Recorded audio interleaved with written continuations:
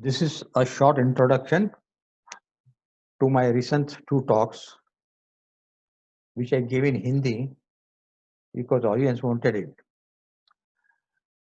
They cover my memories about my friends, mountain friends, how I met them, what did we share, and more than that, who they are, what are their great achievements, and how they are part of history, and how we enjoyed together, of course. Each talk is about 1 hour and 40 minutes and tells about the various facets of the personality I cover. In the first talk, I speak about Stephen Venables, Sir Chris Bonington, Durji Latu, and Jagdish Nanavati. The second talk has Charlie Houston, Nawang Gombu and Tenzing, Gurdial Singh, and Doug Scott.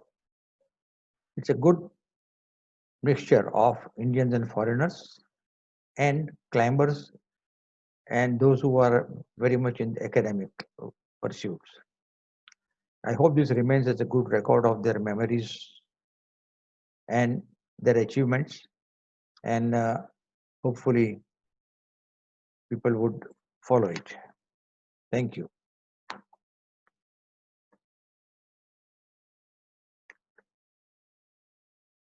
तो समजावून सांगण्यासाठी, या सगळ्या दिग्गज गिर्यारोहकांच्या आठवणी सांगण्यासाठी, त्यांचे किस्से असतील, त्यांची माउंटेनिअरिंगकडे बघण्याची दृष्टी असेल, त्यांनी या फील्डमध्ये घडवलेले जे काही बदल आहेत, त्यांनी आणलेल्या ज्या नवीन संकल्पना आहेत, त्याबाबत आपल्याला माहिती देण्यासाठी आपल्याबरोबर आहेत आपल्या सर्वांचे लाडके ज्येष्ठ गिर्यारोहक आणि ट्रेक द सह्याद्रीज या आपल्या अत्यंत आवडत्या पुस्तकाचे लेखक Shri Harish Kapadia sir. Sir, welcome back again. Thank you. Sir, we are commencing with the first legend of today's session. He's Dr. Charles Houston. Sir, basically Charles Houston sir की बैकग्राउंड क्या है, मतलब उन्होंने उनका वो कौन सी कंट्री से वो बिलोंग करते हैं और उनका और माउंटेनियरिंग का परिचय कैसे हुआ? Well, Dr. Charles Houston was from America. He's from America and Boston area. In Boston area में there is the northern जो है जगह, वहाँ पे बहुत लोग क्लाइंबिंग करने के जाते हैं. चार्ल्स ह्यूस्टन एक बहुत यंग एज में वहाँ क्लाइंबिंग में इंट्रोड्यूस हुए. But as he is a doctor, he was studying medicine. तो उसका इंटरेस्ट वो मेडिसिन के अंदर भी बहुत ज्यादा था. And there were a lot of group और कन्वेंशन था, उनके सब फ्रेंड्स थे सब थोड़े, तो वो सब मिला के अमेरिका में वो टाइम 4-5 बड़े माउंटेनियर्स थे. चार्ल्स ह्यूस्टन उनके साथ बराबर उसकी दोस्ती हुई और हर एक एक्सपीडिशन में एक डॉक्टर चाहिए, तो उस हिसाब से Charles Houston was in demand. उसको वो करके वो जैसे लेके जाते हैं. Then the main thing Charles Houston का था कि जैसे वो डॉक्टर की पढ़ाई उसकी पूरी हुई और was looking for a job. तो शायद आप लोग को मालूम नहीं होगा यंगर जनरेशन को, बट वो टाइम अमेरिका में प्रेसिडेंट कैनेडी ने started what is called Peace Corps movement. American young लोगों को अपना अपना ही घरों में बड़े होते थे, तो लोगों ने ऐसा किया हर एक को एशिया में और कोई भी बैकवर्ड कंट्री में भेजने का, और वहाँ वो लोग 1 साल 2 साल 3 साल तक रहेंगे और विलेजर्स से बातचीत करेंगे, ये करेंगे, जिस करके अमेरिकन बॉयज को और छोटी छोटी जगह की मिले. तो उसके अंदर नेपाल और इंडिया सबसे ज्यादा उसमें थे कि भाई ये बहुत अमेरिकन को लड़कों लड़की को यहाँ भेजा गया. तो doctor Charles got as head of Peace Corps in Delhi. वो उसका पोस्ट मिली जब शुरुआत हुई तब से लेके, और for many years he red. तो ये ऑलवेज कहता था कि भाई मुझे पता नहीं कि मेरे को इंडियंस में हूँ ऐसे ही लगता है, और मुझे भी हमेशा बोलता था कि I don't know, I feel very close to you because you are Indian. मतलब उसको इंडियन और इंडियन हिमालय और काराकोरम के साथ बहुत लगाव था. और ये कल 5 साल रहे वो न्यू दिल्ली के अंदर. पूरा हिंदी भी थोड़ा जानते थे, प्लस काठमांडू में सब जगह जाके घूमो फिरो, विलेजेस के अंदर ट्रैकिंग करो. क्लाइंबिंग वो टाइम कुछ नहीं किया उसने, बट ट्रैकिंग वो हिसाब से was fully involved with India and Nepal के वो टाइम से. तो वो हिसाब से उसका कंप्लीटली हुआ, और देन धीरे धीरे माउंटेन के अंदर भी उसका लगाव बढ़ते गया.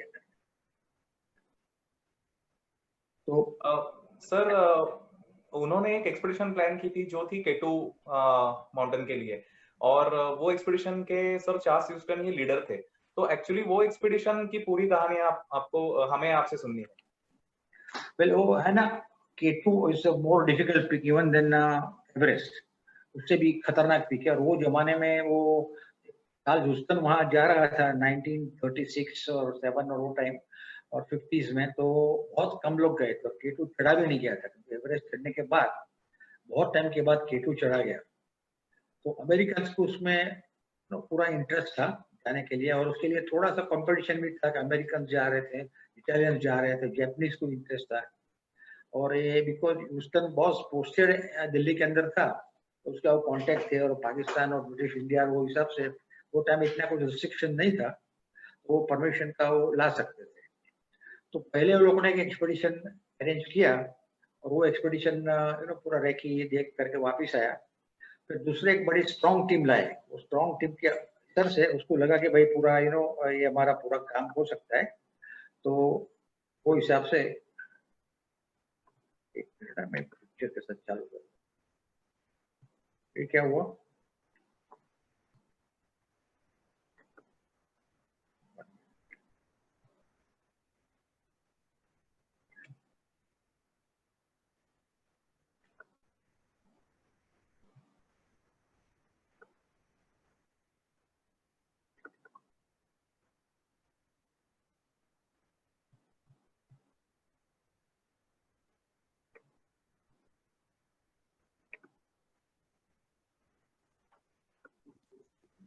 So any issues? ये जरा शेयर स्क्रीन में अभी आया। Okay. This is the first picture of share screen Charles Houston के साथ। ऐसा मैंने बनाया था कि जिस करके आपको थोड़ा देखने का ठीक है। ओके, तो चार्ल्स ह्यूस्टन वाज देयर। ये था, हम लोग जब मिले, he was an old man, about he died at age of about 97। तो जब हम अमेरिका में गया था 2006-7 में, तभी वो था उसका, और वहाँ पे हम लोग ने भी बहुत बातचीत की। और मैंने कहा ऐसे उसको इंडियन ही बहुत पसंद थे, और कोई भी इंडियन मिला तो उसके साथ तो बहुत ज्यादातर आराम से बात करेगा। और जनरली ऐसा बैठ के बहुत गपशप बातचीत होती है। लेफ्ट में है वो जॉन पोर्टर है, वो अमेरिकन ब्रिटिश अल्पाइन क्लब का प्रेसिडेंट है। मैं वही ये क्या ह्यूस्टन की कजिन उसके साथ आई थी, तो वहां से बातचीत होती रहती है।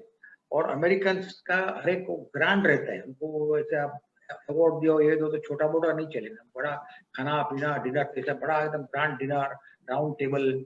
और राउंड टेबल पे भी सब बड़े बड़े लोग को एक साथ बिठाते हैं। समझो कि ये है, ये स्ट्रॉन्ग हॉर्नबाइन जो एवरेस्ट के अंदर वेस्ट रिज का नया रूट किया है, उसको हॉर्नबाइन रिज कहते हैं। वे वो पढ़ा चढ़ा था चार्ली ह्यूस्टन। ये एडम्स कार्टर की वाइफ मिसेस एडम्स कार्टर, वो अमेरिकन अल्पाइन जर्नल का बहुत पुराना एडिटर था, मेनी मेनी इयर्स ही सर्वाइव। और ये अपना है, ये वहाँ पे डॉक्टर निकोलस फिंच। इस तरह से हर एक वो लोग बैठते हैं, और उनका भी थोड़ा इससे चलता है। तो पहले 1936 में चार्ल्स ह्यूस्टन को इनविटेशन मिला ब्रिटिश की ओर से to go to Nanda Devi sanctuary. वो टाइम नंदा देवी सेंचुरी में एक्सप्लोरेशन ही चलता था, अभी तक कोई पहुंचे नहीं थे। फाइनली 1934 में ये टिलमैन और शिप्टन अंदर गए, और वो पूरा घूम फिर के फिर यहाँ से बाहर आया। और 36 में देन ब्रिटिश के पास इतना पैसा नहीं था, अमेरिकन के पास हमेशा पैसा रहता है, तो वो हिसाब से ये लोग ने पूरा नंदा देवी सेंचुरी में ये प्लान किया। लाइक ये देखोगे इट इज बहुत यूनिक जगह है, चारे बाजू उसका वॉल है, ये वॉल में हर एक पीक है अराउंड 20,000 प्लस। एक ही जगह नीचे डिप होती है, यहाँ से पानी सब बाहर आता है, इसको ऋषि गॉर्ज। तभी अंदर जाना आना बहुत मुश्किल हो रहा था, और चारों ओर से उसके लिए बहुत टाइम लगा। फाइनली ये शिप्टन ने टिलमैन 34 में 2 राउंड करने के बाद अंदर पहुंचे, और वो लोग ने फिर 36 के लिए पूरा एक्सपीडिशन अरेंज किया टू क्लाइम नंदा देवी। वो टाइम शिप्टन नहीं आ सका, शिप्टन को एवरेस्ट जाने की ऑफर आई, तो वो एवरेस्ट चला गया, बट एवरेस्ट का तो कुछ हुआ नहीं, और वो हमेशा जिंदगी भर वो रिग्रेट रहा कि अरे मैं नंदा देवी छोड़ के वहां क्यों गया।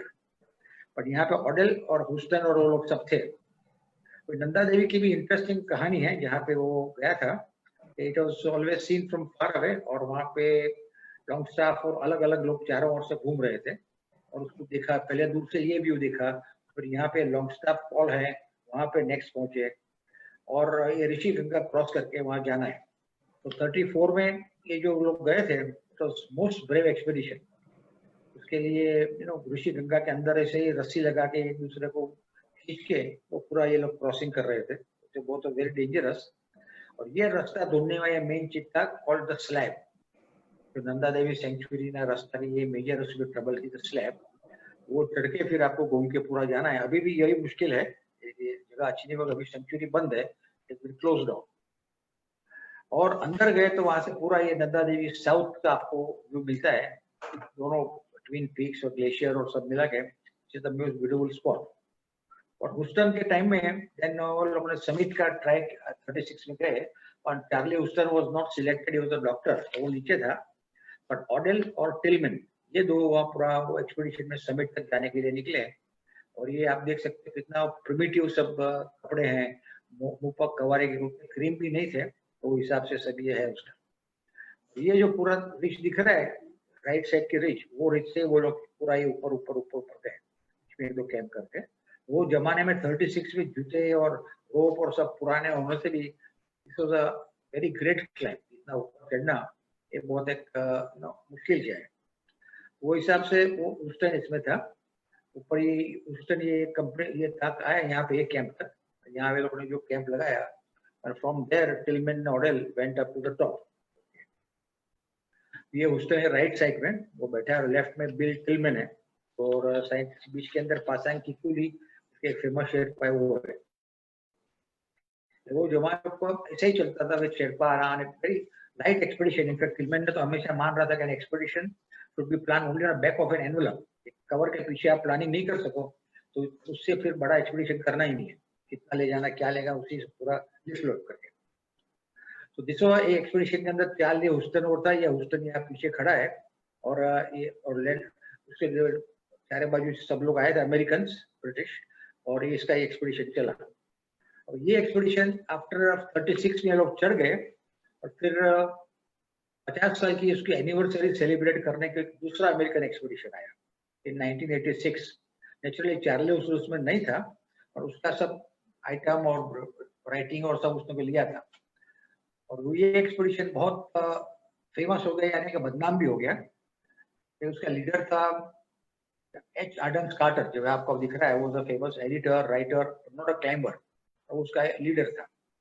वो एक्सपीडिशन में एक लड़की थी, उसका नाम था नंदा देवी। उसका फादर वहाँ पे नंदा देवी सेंचुरी में ड्यूरिंग एक बड़ी कहानी है, जब गवर्नमेंट ऑफ इंडिया ने सैंक्शन दिया तो nuclear device on Nanda Devi, तो एक्सपीडिशन में उसका फादर यहाँ आया था, विली अनसोल्ड, और उसको नंदा देवी इतनी अच्छी लगी कि उसने अपनी लड़की का नाम नंदा देवी रखा। तो ये एक्सपीडिशन में वो नंदा देवी आई थी, यंग गर्ल अबाउट 20-22 साल की, on a good strong climber, तो वो उसका आया था। तो उसके लिए वो खास एक्सपीडिशन ऑलमोस्ट उसी के लिए बनाया गया था, Nanda Devi climb Nanda Devi. American press में, टीवी के अंदर जैसे हेडलाइन भी रेडी थे कि Devi goes to the boat and वो करके, तो एकदम कमिटेड रेडी थे कि भाई नंदा देवी को समिट पे पहुंचाना है। नंदा देवी वहाँ पे काफी सब तैयारी हो रही है। राइट साइड में नंदा देवी पीछे खड़ी है, एडम्स कार्टर, और ये दाढ़ी वाला है वो is John Cross Kelly, America का एकदम टॉप मोस्ट क्लाइंबर। वो ये नंदा देवी एक्सपीडिशन में वो अकेला ही ऊपर समिट पे पहुंचा, और फिर उसने 5-6 साल के बाद एक बुक लिखी, नंदा देवी ट्रेजिक एक्सपीडिशन करके। तो उसके लिए भी वो 6 साल उसको लगे और लिखने के लिए, सोच रहा था कि लिखो कि नहीं लिखो। तो ये एक्सपीडिशन फिर धीरे धीरे थोड़ा आगे बढ़े। ये father and daughter Nanda Devi, और ये उसका father Willi Unsoeld, he was also famous climber, वो भी एवरेस्ट चढ़ा था, और उसकी इतनी इच्छा थी कि मेरी लड़की नंदा देवी पे चढ़े, और वो अमेरिकन ड्रीम था उसका कि अमेरिकन नंदा देवी ऊपर पहुंचनी चाहिए। अब ये पूरा रास्ता है नंदा देवी का, और ये लोग तो यहाँ से नॉर्मल रूट छोड़ के यहाँ से एक अलग रास्ता लिया था, ये पूरा ये रास्ते से यहाँ चढ़ के यहाँ से ऊपर जाना था Nanda Devi by new route north east. तो उसके लिए वो पूरा मेहनत कर रहे थे, उसकी भी ज्यादा वो ट्रेनिंग और ट्रैकिंग चल रही थी, और ये काफी डिफिकल्ट रूट है, काफी स्टीप रूट है। तो नंदा देवी बेस कैंप से ही थोड़ी सिक थी, तो पेट में दर्द हो रहा था और कंप्लेन कर रही थी। उसने अपने फादर को भी कहा कि मेरे को ठीक नहीं लग रहा है। वो अमेरिकन वो कहते हैं कि सब तो मेंटल डेमोक्रेसी में, तू डिसाइड कर तेरे को क्या करना है। कि जो बहुत लोगों को समझ में नहीं आया कि एक पेशेंट है, तो बीमार है, वो कैसे डिसाइड करे कि मुझे आगे जाना है कि नहीं जाना है. Doctor has to tell us और father has to tell us. Father ने कहा तू डिसाइड कर. અને girl was also so much keyed up कि नंदा देवी को नंदा देवी चढ़नी है. तो वो लोग ऊपर ऊपर ऊपर आते गए. लास्ट कैंप में जब पहुंचे और वहां पे फादर और डॉटर एक ही टेंट में थे, तो तभी डॉटर की हालत बहुत खराब हो गई. तो रात को बहुत पेट में दर्द होने लगा और चिल्ला रही थी. और फादर लिखते हैं उसने मेरा हाथ टाइट पकड़ा और धीरे से मेरा हाथ छोड़ा और वो मर गई. She passed away at that high camp because of the pain in the stomach. और वो was a very tragic loss और very complicated loss कि भाई बीमार आदमी का ऊपर क्यों लेके गए, नंदा देवी क्यों ले जाना था, उसके नाम से ही क्या करना था करने, उस हिसाब से करने वो सब किया. And her body was left there or rolled down the mountain and she died. Today there is a memorial there. Nanda Devi के बारे में छोटा सा बनाया उसने. और ये एक्सपीडिशन के बाद में बहुत कंट्रोवर्सी हुई और बहुत सब डिस्कशन हुआ और उसमें चार्ली ह्यूस्टन का भी वो जो वाइफ और लड़के थे वो लोगों ने बहुत पार्ट लिया कि भाई एक्सपीडिशन में ऊपर क्यों गई, ऊपर क्यों जाना है, और ये बीमार थी तो उसको क्यों रोका नहीं गया. और उसका फादर विली अनसोल्ड को भी इतनी इसमें डांट पड़ी कि इतना तकलीफ हुआ कि कहते हैं 2 साल के बाद वो रॉक क्लाइंबिंग से गिर के मर गया. सुसाइड कि गिर गया वो भगवान जाने. But everything was tragic around this expedition कि भाई वो हिसाब से नंदा देवी के चढ़ने के बाद ये सब हुआ.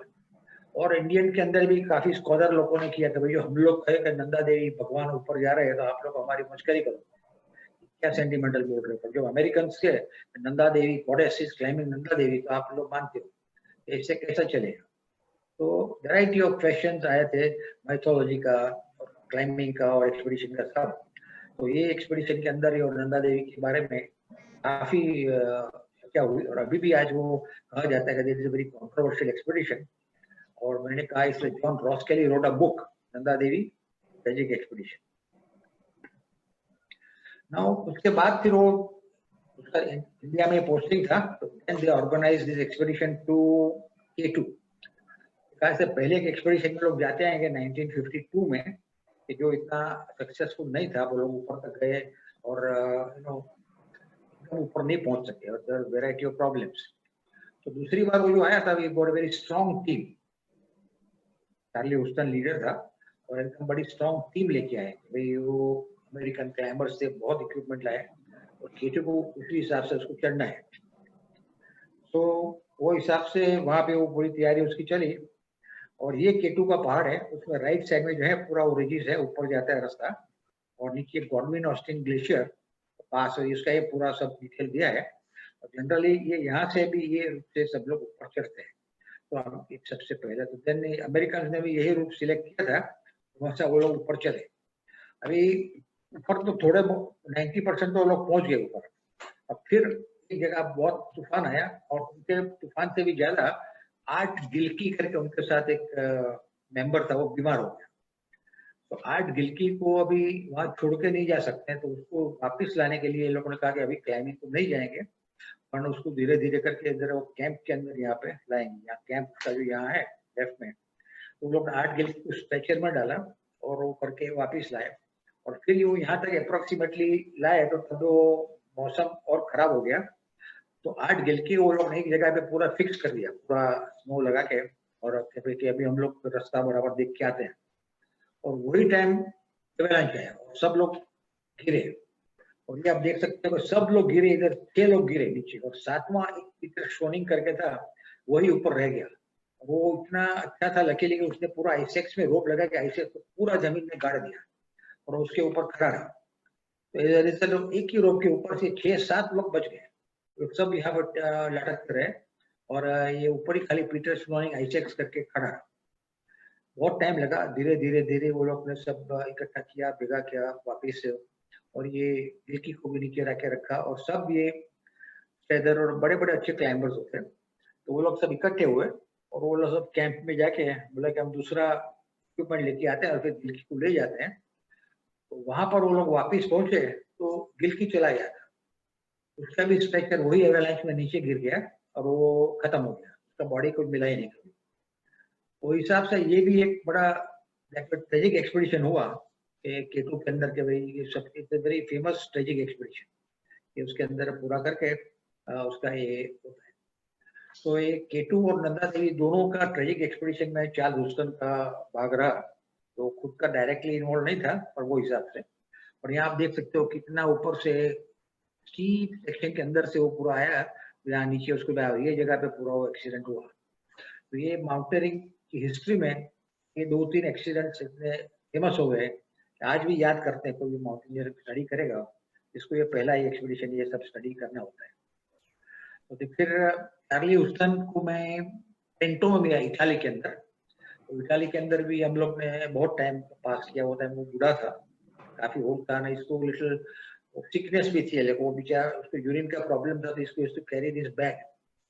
तो बैग के अंदर से ना वीक पर स्पिरिट में इतना ही जोश में था, बातचीत करेगा, सब पुरानी स्टोरिया सुनाएगा और you know everything, you can keep on chatting with him. और धीरे धीरे धीरे उसके जो खुलता है तो उसके साथ काफी बात होती है। अभी यहाँ जो पीटर स्कोनिंग ने सबको रोका था, तो वो आईसीएस की जगह वो लोग के तो वहां वो लोग ने रेड अम्ब्रेला छोड़ दी, तो मार्क द प्लेस के भी ये रेड अम्ब्रेला हमारी है। फिर उसके बाद 2 साल के बाद इटालियंस केटू चढ़ने को आए, वही रास्ते से गए और समिट पहुंच भी गए। तो वो लोग ने ये लाल अम्ब्रेला देखी, तो वो लोग ने सोचा कि चार्ली ह्यूस्टन ये अम्ब्रेला भूल गए, उसके ऊपर चार्ली ह्यूस्टन का नाम था। तो वो लोग को अम्ब्रेला उठा के वापिस इटाली लाए और चार्ली को अमेरिका भेजा कि भाई तेरी छाता उधर तो भूल गया था अम्ब्रेला। तो चार्ली भी हंसने लगा कि यह मैंने मार्किंग के लिए रखा था एज अ सोवेनियर, तो तुम लोग वापिस उठा के लाए। तो उसने नहीं, उसने वो टाइम तो रख लिया। और यहाँ आया तभी भी बातचीत के अंदर भी हम लोग की डेली होल डे हम लोग ब्रेकफास्ट से उसी बात करते थे। और वॉज वेरी शार्प, माइंड में बहुत शार्प था, माइंड नहीं चल सके पंडित, और variety of people and everything. इतना लंबा अमेरिका से ट्रैवल करना वो भी वो कर सकता था, तो वो हिसाब से इट वॉज वेरी गुड। और वहाँ जो प्रेजेंटेशन था अबाउट केटू वाज डन बाय राइनोल्ड मैसनर, जिस आप लोगों को नाम से बहुत लोगों ने सुना होगा, वर्ल्ड का one of the greatest climber. उसका वर्ल्ड की सब 8000 मीटर की जो बड़ी बड़ी पीके सबसे पहले उसने चढ़ी, अलग अलग रूप से, अलग अलग ताकत से। तो ये मैसनर ने इनवाइट किया था चार्ली ह्यूस्टन को वहां आने के लिए। यहाँ मैसनर ने कंडक्ट किया, फिर उसने चार्ली ह्यूस्टन को स्टेज पे बुलाया। तो चार्ली ह्यूस्टन अम्ब्रेला लेके आया ऊपर, जो आपने इटालियन ने मुझे अम्ब्रेला भेजी थी, और टेंटो इटाली में है, तो मैं इटालियन के लिए अम्ब्रेला लाया। और उसने वो अम्ब्रेला का वो मेंबर्स लोग को बुला के अम्ब्रेला उसको गिफ्ट किया।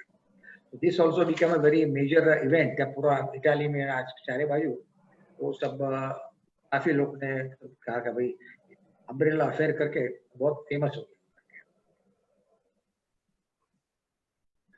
तो फिर वहां भी हम लोग ने चार्ली ह्यूस्टन से बहुत बात किया, पर फिर धीरे धीरे धीरे उसकी तबीयत भी खराब हो रही थी।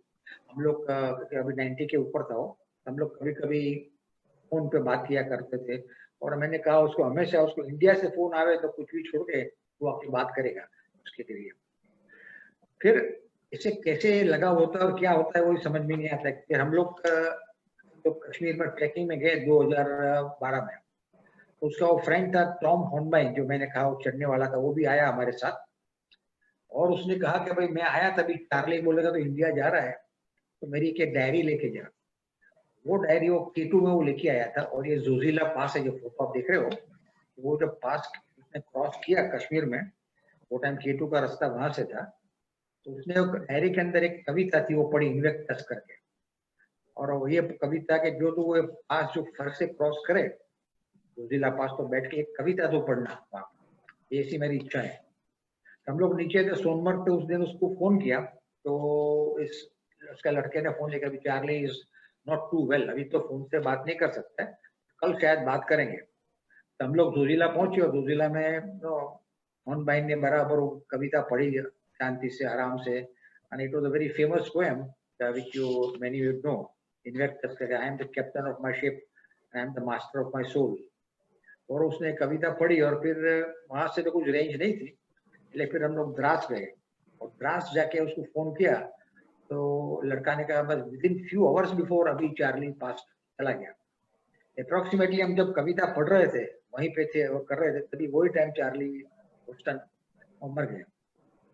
कि क्या कनेक्शन होता है सोल का, उसका K2 कश्मीर इंडिया और कोई भी हमारे साथ क्या कनेक्शन था वो पता नहीं, पर it was a very happy memories हमारा ह्यूस्टन के लिए, and he was a great soul and a great doctor and everything great about him.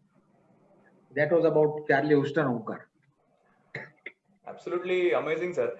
Sir अभी मतलब सर चार्ली ह्यूस्टन आपका और इतना इतना लगाव था उनके साथ कि उनके डेथ की खबर सुनने के बाद एब्सोल्युटली आपको मतलब that must be very disheartening for you. So आपकी और उनकी पहली मुलाकात कब हुई थी और वो कभी इंडिया आए थे क्या आपसे मिलने के लिए? नहीं, इंडिया मेरे को मिलने को नहीं आए थे, मैंने कहा ना इंडिया में उसका पोस्टिंग था और पीस कोर के अंदर इंडिया में ही थे 5 साल तक. फिर जो अभी हम मिले वो सभी मिले वहां पे, इधर एक बार इटाली में मिले, उसके पहले अमेरिका में मिले, बाकी इंडिया में हमारा बम्बई आया नहीं कभी. Okay. So sir, moving ahead to the world famous Sherpas, Tenzing Norgay and Nawang Gumbu. Actually ये दोनों के नाम हमारे जो व्यूअर्स है उनको अलग से बताने की तो जरूरत नहीं है. The first person, Tenzing Norgay, was the first person to scale Mount Everest in 1953. और Nawang Gumbu is another very famous name in the Sherpa community. So sir, moving ahead to their lives, क्या आप हमें बता सकते हैं कि Sherpa community जो है उनका मतलब what is a Sherpa community, उनका पूरा चाल चलन, उनका पूरा जो व्यवसाय होता है वो क्या होता है, उनका लाइफस्टाइल कैसा होता है, और बेसिकली तेंसिंग नोरगे एंड नवांग गोम्बू ये जो दो लेजेंड्स है, सो उनकी और माउंटेनियरिंग की शुरुआत कहाँ से हुई थी, मतलब उन्होंने कब माउंटेनियरिंग शुरू किया? सबसे पहला व्हाट इज अ शेरपा आप देखो तो भाई हम लोग का जब माउंटेन में जाते हैं तो सपोर्ट के लिए पोर्टर तो वो सब होते हैं, but Sherpa is not a porter. वो हाई एल्टीट्यूड के लिए है. शेरपा एक ही जगह है, समझो कि नेपाल के अंदर एक जगह है सोलोर खुम्बू डिस्ट्रिक्ट, और वो जो एवरेस्ट के नीचे वो जो जगह है उसको खुम्बू डिस्ट्रिक्ट बोलते हैं. तो खुम्बू डिस्ट्रिक्ट में गाँव में से जो आते हैं पूरे, उसी को वो शेरपा की ट्राइब है. हमारे यहाँ भी ऐसे ट्राइब होती है उस तरह से, वो वो ट्राइब है शेरपा की, और they are expert in climber, they are very sturdy people. और जब ब्रिटिश लोग एवरेस्ट चढ़ने जा रहे थे तो उन्होंने उसको नोट किया तो जो हमको जो कोई सपोर्ट चाहिए तो उसके लिए शेरपाओं को डेवलप करना चाहिए. तो वो टाइम लोग टेक्निकली इतने एक्सपर्ट नहीं थे शेरपास के, भाई स्टेप करना, रोप पकड़ना, वो सब जाने. वो धीरे धीरे धीरे ब्रिटिश ने उन लोग को सिखाया और दे बिकेम वेरी एक्सपर्ट. तो that was a very special. Sherpa is let's say इन अ वे जो है ब्रांड नेम है कि वो जो क्लाइंबर है अच्छे हैं. और शेरपा में भी सब क्लाइंबर ऐसा नहीं है. क्लाइंबिंग शेरपा एक अलग होता है और ट्रेडिंग शेरपा अलग होता है. तो भाई कि भाई लोग कहते हैं कि भाई शेरपा के लिए इतने होशियार होते हैं कि वो कभी भी भूखे नहीं मरते कोई भी, कि भाई बंदर की पूंछ सीधी नहीं होती और शेरपा कभी भूखे नहीं मरता, ऐसी कहावत है उन लोग के अंदर.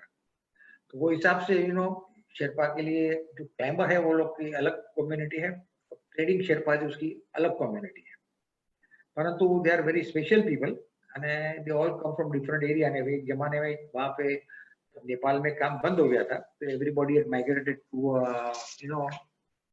दार्जिलिंग, और वो हिसाब से आ गए थे यहाँ पे. तो this is Tenzing Norgay Sherpa. He was a brilliant, અને वहीं से वो पूरा पैदा हुआ था करके. तो और वहां से ये गांव है उसका तिब्बत के अंदर जो उसमें वो पैदा हुआ था. और ये this is the small village in Khumbu district where he was born. और फिर वो जब पहली बार दार्जिलिंग आया तो जब आया तभी ये उसका है सेंटर में तेंजिंग खड़ा है और एकदम राइट में है नवांग गुम्बू. और शेरपा इतनी देखो तो छोटी कम्युनिटी है कि सब अलग अलग ऑलमोस्ट सब रिलेशन में ही होते हैं, किसकी माँ किसका बाप सब बेटा, सब गांव वाले वो कहते हैं ना वैसा ही है उनका. वो दूसरे को सब बड़ा सब अच्छी तरह जानते हैं और ऐसे जनरली वेरी एनर्जेटिक, वेरी उत्साही community. At the same time because they are tribal, तो कभी कभी वो दारू पिया मारामारी हो गई और 2-3 शादी कर ली, वो भी सब उसका कभी कभी चलता है पूरा. तो अभी तो काफी मॉडर्न हो गए एकदम, वो लोग दुनिया के साथ पूरा पार्ट ऑफ द वर्ल्ड है उस हिसाब से. और एक जमाने में उसकी शुरुआत हुई शेरपा की तो देवर ओनली पोर्टर्स. ये पूरा सामान लेके नेपाल में तो बहुत टाइम तक किसी किस्म का रोड ही नहीं था. इनफैक्ट अभी भी पूरा रोड नेपाल के अंदर नहीं है, बहुत कम है. तो वो वहाँ सामान उठा के चलने का वही कंप्लीटली सिस्टम होती है. तो शेरपास अपने सोलो और कुंगू डिस्ट्रिक्ट से पूरा ये सामान का सबसे पहला वो पूरा बिजनेस वर्क करते थे, वो उसके लेके जाए और उसके लिए पूरा हार्ड वर्क करते थे। और वो जब ब्रिटिश ने उन लोग को नोटिस किया और उन्होंने कहा शेरपा को हम लोग को ट्रेनिंग करना चाहिए, तो वो टाइम लोग ने सोसाइटी थोड़ा बना के हर एक को ऐसी एक किताब दी, है ना, शेरपा बुक, और उसके लिए फोटोग्राफ उसका वो करके, और ये इसके अंदर ये शेरपा क्लास, सरदार क्लास कौन है ये है, और इसमें पीछे जो भी लीडर होगा वो अपना वो शेरपा का एक्सपीरियंस लिखेगा, अच्छा था उसने ये काम किया तो ये काम नहीं किया, वो टाइप का। और धीरे धीरे धीरे से शेरपा बुक आती है, और नेक्स्ट टाइम जब वो और कहीं काम करने जाते हैं तो अपनी बुक दिखाते हैं कि ये हिसाब से मैंने इतना ये काम किया है। और एक बार वो नांगा पर्वत करके पहाड़ है काराकोरम में, तो वहां ये लोग ने 8 शेरपा लेके गए, 8 शेरपा लेके जर्मन लोग चढ़ने गए, और वहां पे समझो कि 8 शेरपा लोग ऊपर पहुंचे, और उनका एक लीडर था विल मर्कल, वो तूफान के अंदर ये लोग ऊपर ट्रैप्ड हो गए। तो गेले शेरपा था, he refused to go down, he could have saved himself, वो नीचे आ सकता था, तो नहीं मैं गेले के साथ रहूंगा, और वो वहीं रहा, और गेले उसी के साथ बैठ के दोनों मरे पाए। परंतु बाकी के भी जो 6-7 शेरपा थे वो सब वो वॉल में नीचे उतरने लगे तूफान में, और कोई जिंदा नहीं पहुंचे, 8 शेरपा वहां पे मर गए, और लोग ने 2 जर्मन की जान बचाई। वो टाइम सेकेंड वर्ल्ड वॉर चालू था, तो एडोल्फ हिटलर ने अपनी सिग्नेचर, आप देख सकते हो उसकी सिग्नेचर है, और उसने ये सब सर्टिफिकेट और गोल्ड मेडल 8 आदमी को भेजे दार्जिलिंग शेरपाओं के पास। तो वो आया 8 शेरपा का वो दार्जिलिंग, और ये सब वो टाइम जर्मन में लिखा हुआ था पूरा। और दार्जिलिंग में किसको कुछ पढ़ना ही नहीं आता था वो टाइम, 1936 में कोई पढ़ा लिखा नहीं था। वो लोग ने देखा, किसी ने बोला कि नंगा पर्वत का सर्टिफिकेट है, तो वो लोगों ने एक एक सर्टिफिकेट सब बांट लिया, किसका सर्टिफिकेट किसके पास है किसी को कोई फर्क नहीं पड़ता है, और हर एक को एक एक मेडल दिया, चल तेरा एक मेडल, तेरा ये सर्टिफिकेट। तो हिसाब से आज भी आप ढूंढने जाओ तो किसका सर्टिफिकेट दूसरे के पास निकलता है, इसमें है और किदार करके सर्टिफिकेट है, तो ये निकला गोमू के घर में, और वो लोग ने बिना पढ़े हर एक को डिस्ट्रीब्यूट कर दिया था। वो हिसाब से ये सर्टिफिकेट अपन बहुत वैल्यूएबल है, तो हिटलर की सही किया हुआ सर्टिफिकेट उनको आया था। दार्जिलिंग में वो टाइम इमाम क्लब ने भी एक एजेंसी जैसा किया था कि जो शेरपा का लिस्ट रखता था, और वो लिस्ट के हिसाब से कोई भी एक्सपीडिशन आया जाने के लिए तो उसको पूरा वो लोग अलॉट करते हैं कि भाई उसके अंदर किसको कहाँ जाना है, क्या करना है, आपके साथ कितना रहेगा, और रेट और सब पूरा फिक्स रहता है।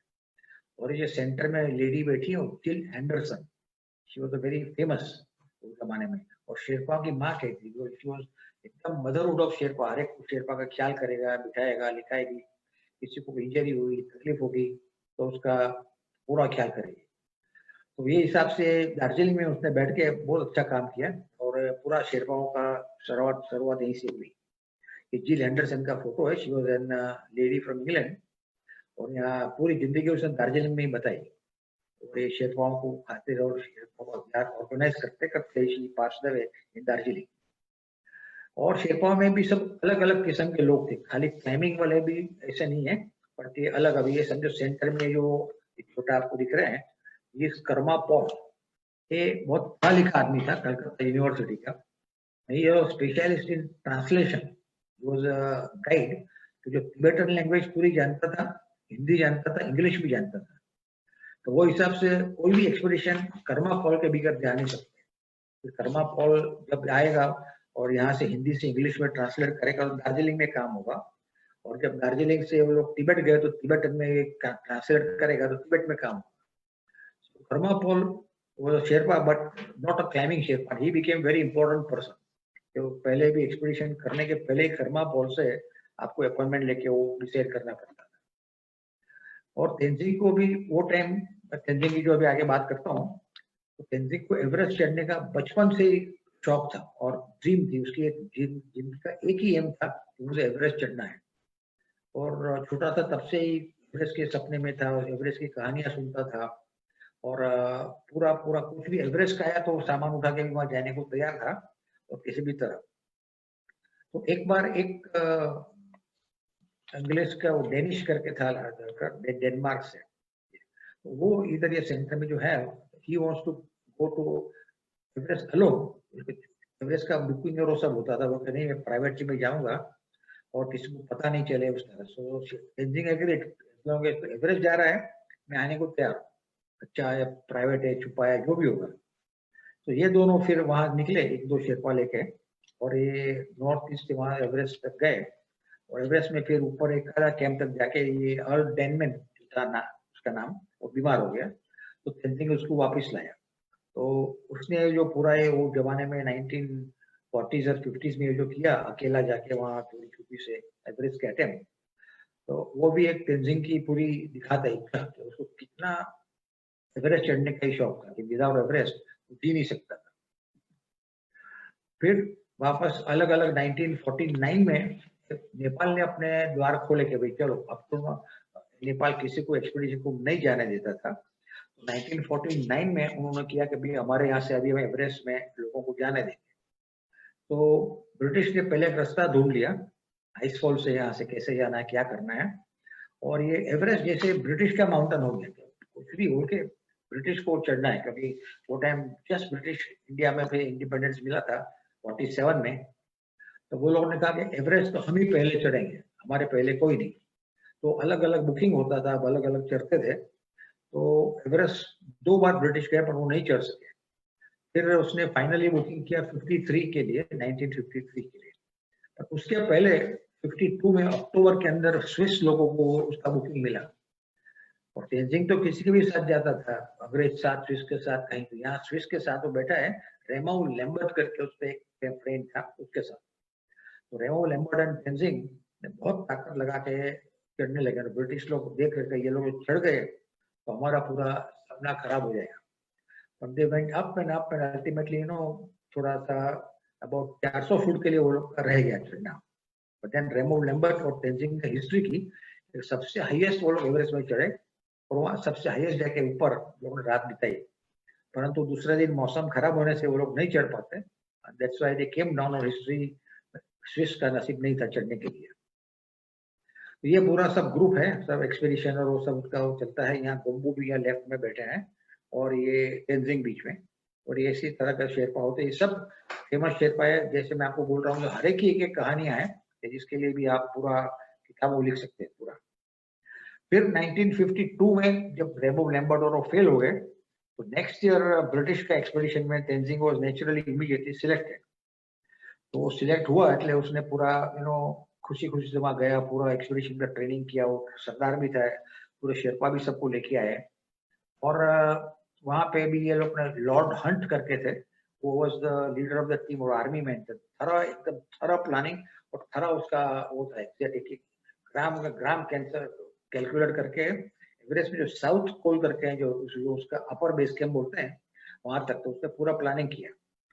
फिर एक बार वो सब सामान वहां खत्म हो गए तो उसने नीचे से 17 शेरपा की पूरी टीम लेके लॉर्ड हंट खुद ऊपर गया और साथ में सब शेरपा थे जो दार्जिलिंग के ऑल फेमस शेरपा। उन्होंने जाके वहां पे बेस कैंप पे ऊपर साउथ पोल में सामान डिपॉजिट किया, तभी ये सब आगे पॉसिबल हो रहा था। फिर दूसरे दिन डानम ग्याल और जॉर्ज लो उसने ऊपर जाके कैंप लगाया। और अभी नसीब की बात है कि जो लोग को नेक्स्ट डे मौसम भी ठीक था, देख वो लोग समिट पे पहुंच सकते थे। डानम ग्याल का भी बड़ा नाम होता, परंतु नेक्स्ट डे जॉर्ज लो का ऑक्सीजन सिलेंडर बदल गया तो वो ऑक्सीजन नहीं यूज कर सकता था। As a result they decided to come back, वहां पे सब सामान छोड़ दिया और वापिस आए। और दूसरे दिन तो हिलरी और तेंजिंग ने जाके वो कैंप में बैठे। 29 मई 1953 में वो लोग समिट पे पहुंचे। ये तेंजिंग का फोटोग्राफ है standing on the summit. Tenzing को फोटो लेना नहीं आता था तो हिलरी ने उसको कैमरा ही नहीं दिया, और खाली ये जो पिक्चर है एवरेस्ट के ऊपर, ये तेंजिंग के ही 2-4 पिक्चर्स है। तो वहां पे वो टॉप पे तेंजिंग खड़ा, और ये पिक्चर बहुत फेमस हो गया है, फर्स्ट असेंट ऑफ एवरेस्ट। पहली बार दुनिया के अंदर कोई भी आदमी एवरेस्ट, इंडिया की हाईएस्ट, वर्ल्ड की हाईएस्ट पीक पर जाके खड़ा था। फिर दोनों वापिस आए तेंजिंग और हिलरी, और it was a very joyous occasion. चारे बाजू बहुत खुश था, पूरा प्रेस के अंदर भी बहुत सब हुआ। पर अभी यह भी है कि इंट्रिग जैसा था। ये लोग ने डिसाइड किया था एक्सपीडिशन ने कि हम लोग यहाँ नेपाल से कोई कहेंगे नहीं चढ़ गए नहीं चढ़ गए, इंग्लैंड जाके हम लोग अनाउंस करेंगे। तो एज अ रिजल्ट यहाँ ये लोग को सब माउंटेन के अंदर ही खुशी मना रहे थे, बट बाहर उसको किसी ने बताया नहीं। और उनका वो कोड वर्ड जैसा रखा था कि भाई वो एक प्रेस रिपोर्टर था उनके साथ, वो खाली एक कोड वर्ड भेजेगा, जैसे पहले उधर ईगल इज लैंडेड उस तरह उसने ऐसा कुछ कोड वर्ड बनाया था कि भाई ये हो गया करके।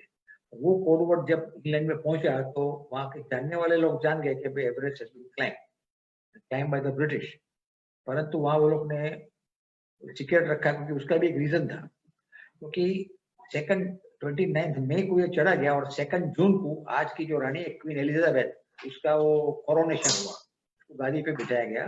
तो wanted to announce on the coronation day 2 जून को सुबह में आके रानी को कंप्लीटली वो खुशखबर अनाउंस करनी थी कि भाई आज ब्रिटिश एवरेस्ट पे चढ़ गए।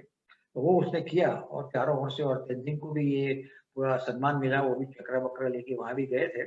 They all were present for the coronation. और एवरेस्ट का क्लाइम का इंफॉर्मेशन उसी दिन 2 जून को 1953 को डिक्लेयर किया गया।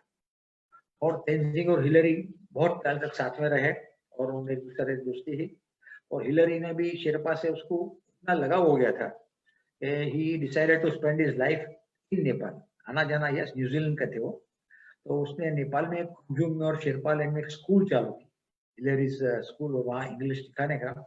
और ये 55-56 में चालू की, तो आज तक तो वो स्कूल इतने अच्छे रिजल्ट है कि लगभग 90% शेरपा कम्युनिटी मॉडर्न और इंग्लिश स्पीकिंग हो गई है। तो वो हिसाब से भी उसने शेरपा कम्युनिटी को वापस बहुत दिया, जितना उसने तेंजिंग की दोस्ती से जो पूरा किया वो हिसाब से भी give it back to the community. और वो भी एक बहुत अच्छा बड़ा काम उसका हो गया। और ये तेंजिंग, ये लेफ्ट में जॉन हंट है, और तेंजिंग और हिलरी और ये सब सारे दुनिया के अंदर फेमस हो गए, बहुत जगह घूमने गए, बहुत जगह लेक्चर देने को गए, और पूरी लाइफ ही उसकी एवरेस्ट पे हो गई। और दार्जिलिंग आके भी अपने पुराने सब शेरपा दोस्तों के साथ, ये जो जो अभी भी गरीब थे, वो पूरा वो कोरोनेशन का मेडल और वो पहन के वहाँ खड़ा रहा, उसका भी सत्कार हुआ। और he remain very good to all his Sherpa friend, कि वो जो बेचारे अभी गरीब है वही लेवल में थे। वैसे वो टाइम पे 1955 में कांचनजंगा चढ़ा गया एवरेस्ट के बाद। दूसरा जो बड़ी पीक थी, पीक नंबर 3 K2 और पीक नंबर 2 कांचनजंगा, तीसरा वो चढ़ा गया। तो वो जो एक्सपीडिशन जब वापिस आया दार्जिलिंग के, तभी तेंजिंग के बीच में है और उसकी कजिन डोमा, वो लोग उसको लेने गए और वहाँ पे उसको सिंगालीला रिच करके जगह है, वहाँ पे सब लोग को मिले। और it was a very major thing. ये तेंजिंग कर्नल टोनी स्ट्रेदर को ये हाथ मिला रहे हैं। और Tony Streather is also unique person, जो एवरेस्ट चढ़ा, कांचनजंगा चढ़ा और K2 1,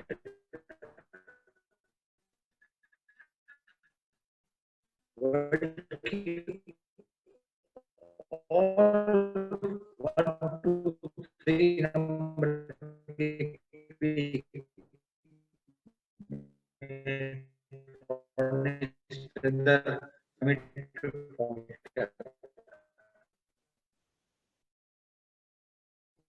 यहाँ पे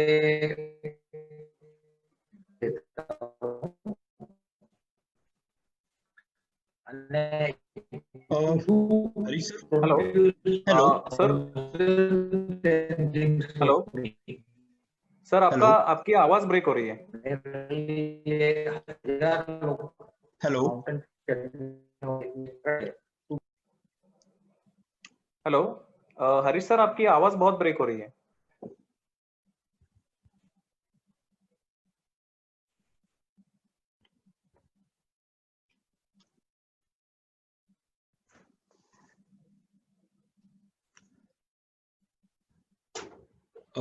काही तांत्रिक अडचणींमुळे सर पुन्हा जॉईन करतायत. So sorry for the inconvenience. Minute. Hello hello Swapnil, get on? Yes, sir. Yes, Yes, sir. sir. Yes, sir. We can continue. We are on again? Okay. So Darjeeling के अंदर 1950, बोलो, are you clear? Yes sir, कुछ होगा तो हम बताएंगे। अभी तक के लिए थोड़ा सा लैग है, लेकिन ठीक है, मतलब। Hello. The problem? Yes, sir. We're not able to hear you properly. बहुत ज्यादा ऑडियंस सॉरी बहुत ज्यादा वॉइस आपका ये हो रहा है मतलब प्रॉपर नहीं आ रहा है आपका आवाज. हाँ सर आपका वॉइस डिस्टॉर्ट हो रहा है. हेलो.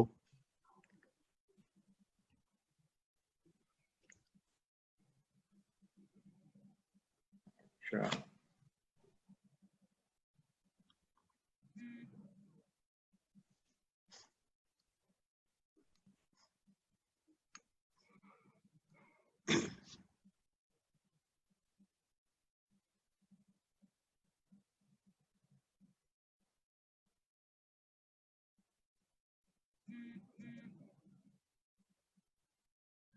मित्रांनो सर रिजॉईन करतायत. एकच मिनिट थांबूया आपण. अभी हुआ बराबर. Okay sir, we can commence. अगर बीच में कुछ आता है तो we will let you no.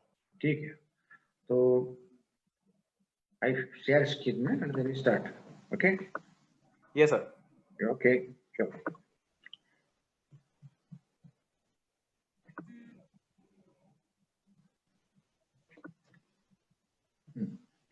तो वहां पे वो पूरा इंस्टीट्यूट नेहरू ने हिसाब से बनाया गया और वो उसके भी पहले जब इंस्ट्रक्टर थे बराबर है ना अभी ओंकार सब. हाँ सर क्लियर है. ये पूरा उससे फेमस सब लीडर्स हैं और उसका ये पूरा ये फोटोग्राफ है और वो 58 में नेहरू ने हिसाब से पूरा बना गया. और ये जो हिलरी भी वो टाइम खास आया था. ऑल दिस फर्स्ट ये इंस्ट्रक्टर लोगों को ट्रेनिंग के लिए पहली बार स्विट्जरलैंड भेजा गया. तो वहां पे बैठ के वो लोग कंप्लीटली पूरा अपना ट्रेनिंग ले सके. तो वो भी उसका पूरा मेथोडिकली हुआ. वही टाइम हिमान क्लब ने भी एक टाइगर बैच करके निकाला कि भाई जो अच्छे शेरपा हैं जो ब्रिलियंट शेरपा हैं उसके लिए वो टाइगर बैच करके रखेंगे और उसका करके. तो ये टाइगर बैच जो भी जनरली शेरपा साउथ पोल पे गया है एवरेस्ट के ऊपर उसको दिया जाता था. या तो इसने कुछ बराबर एक्सीडेंटली कुछ काम किया है करने उसका लिए. तो टाइगर बैच भी बहुत सालों तक वो दिया गया. चारों लोग को काफी मिला. Tenzing really slow. Tenzing was teaching also in HMI और वहाँ पे अलग अलग हर एक तरह का वो सिखा रहा था. और जिंदगी भर वो वहीं रहा डायरेक्टर फॉर फील्ड ट्रेनिंग और लाइफ लॉन्ग वो सिखाता रहा. मैंने भी दार्जिलिंग में कोर्स किया और वो टाइम भी मेरे साथ तेंजिंग वाज इंस्ट्रक्टर 64 में.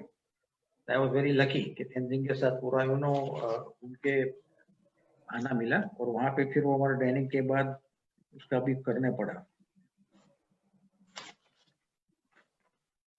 तो बेसिकली उसके बाद वहां भी हमारा जो ग्रेजुएशन सेरेमनी होती है उसके अंदर वो तेंजिंग भी वहां पे था. बैठा है आपके राइट साइड में, आप पहले देख सकते हो तो तेंजिंग भी है और वो भी है.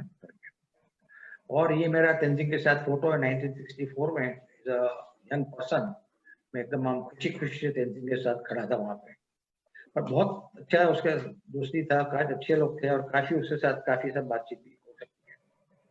और Tenzing remain life long very famous आदमी. सारी दुनिया में घूम रहा था और सबको लेक्चर और अपनी कम्युनिटी के लिए भी वो काफी सब कर रहा था. और मोस्ट फोटोग्राफ पर्सन, क्योंकि जहां भी जाएगा लोगों को उसका फोटो लेना है, उसकी सिग्नेचर लेनी है. पर फिर धीरे धीरे उसकी तबीयत थोड़ी खराब होने लगी और अर्ली 80s से उसकी तबीयत थोड़ी बिगड़ी. तो वो कलकत्ता के एक हॉस्पिटल में था सम टाइम तक. फिर उसके बाद 2-4 साल तो ठीक हो गया. फिर वापस वो गया दिल्ली. और this is one of the last picture of Tenzing कि भाई उम्र किसी को छोड़ती नहीं है. तो वो हिसाब से वो भी बूढ़ा हो गया and he was not keeping too well. और 1986 में he passed away. तो उसके बाद it was a very sad tragic accident. सब इंसिडेंट सब लोग दार्जिलिंग में उसकी बॉडी आई, बहुत लोग इकट्ठे हुए थे, बड़ा प्रोसेशन हुआ और he was cremated ultimately near the Himalayan mountain institute. कि आप कभी वहां जाओ तो ये देखने जैसी चीज है. और यहाँ पे उसका क्रिमेशन हुआ और उसके बारे में यह एक बड़ा एक स्टेच्यू बनाया गया है इन इट्स मेमोरी. तेंजिंग का ब्रॉन्ज का स्टेच्यू है वो. दिस इज द कंप्लीट कहानी of Tenzing Sherpa. Commitment to Everest चढ़ गए और ऐसी जिंदगी हुई उसकी. अभी sir can you tell us something about Nawang Gombu? मतलब उन्होंने पहली बार एवरेस्ट कब क्लाइम किया और एवरेस्ट के बाद उनकी बाकी अचीवमेंट्स क्या है, और उनकी और आपकी पहली मुलाकात कभी हुई? नवांग गोम्बू इज तेंजिंग के भाई का लड़का है, चाचा का लड़का वो लोग बोलते हैं। तो he is also very strong person, और वो भी सोलो कुंभू में वो पैदा हुए और वहां से वो दार्जिलिंग आए। અને इसको भी काम करने की और शेयर करने की बहुत ही इच्छा थी करके। तो ये तेंजिंग का साथ में उसका धीरे धीरे धीरे यहाँ कल दार्जिलिंग में पूरा समावेश हुआ। और Kumbhu was a very strong man, उसका हाइट बहुत छोटी थी, 5 फुट की, very strong person and solid, और at the same time educated. अच्छा है, उनके भी आज लड़के भी बहुत बहुत बड़े कोर्स पे बहुत बड़े बड़े एजुकेटेड लोग पढ़े हैं। तो उसने एजुकेशन के लिए बहुत पूरा ध्यान दिया कि मैं और मेरा बच्चों को एजुकेशन होना चाहिए, और वॉज वेरी हार्ड वर्किंग यहाँ भी। और उसके एक रिपोर्ट था कि वो 16 साल की उम्र में लगभग 50 किलो सामान उठा के वो एवरेस्ट में साउथ पोल तक पहुंच गया। तो दैट वाज आल्सो रिकॉर्ड कि वो सामान लेके ऊपर गया इतना। और तो ब्रिटिश लोगों ने भी उसका बहुत सराहना की, भाई दिस इज गुड। फिर अमेरिकन को जाना था 1963 में एवरेस्ट, और उसकी पूरी तैयारी होने लगी। यहाँ आप देख रहे हो HMI का जो गैदरिंग है 1973 का, तो उसकी है पूरा। और ये गोम्बू का घर है दार्जिलिंग में, उसने अपना जो घर बनाया है वहां जो रहता है, और वो पास भी यही जगह पे ही उसकी मौत भी हुई।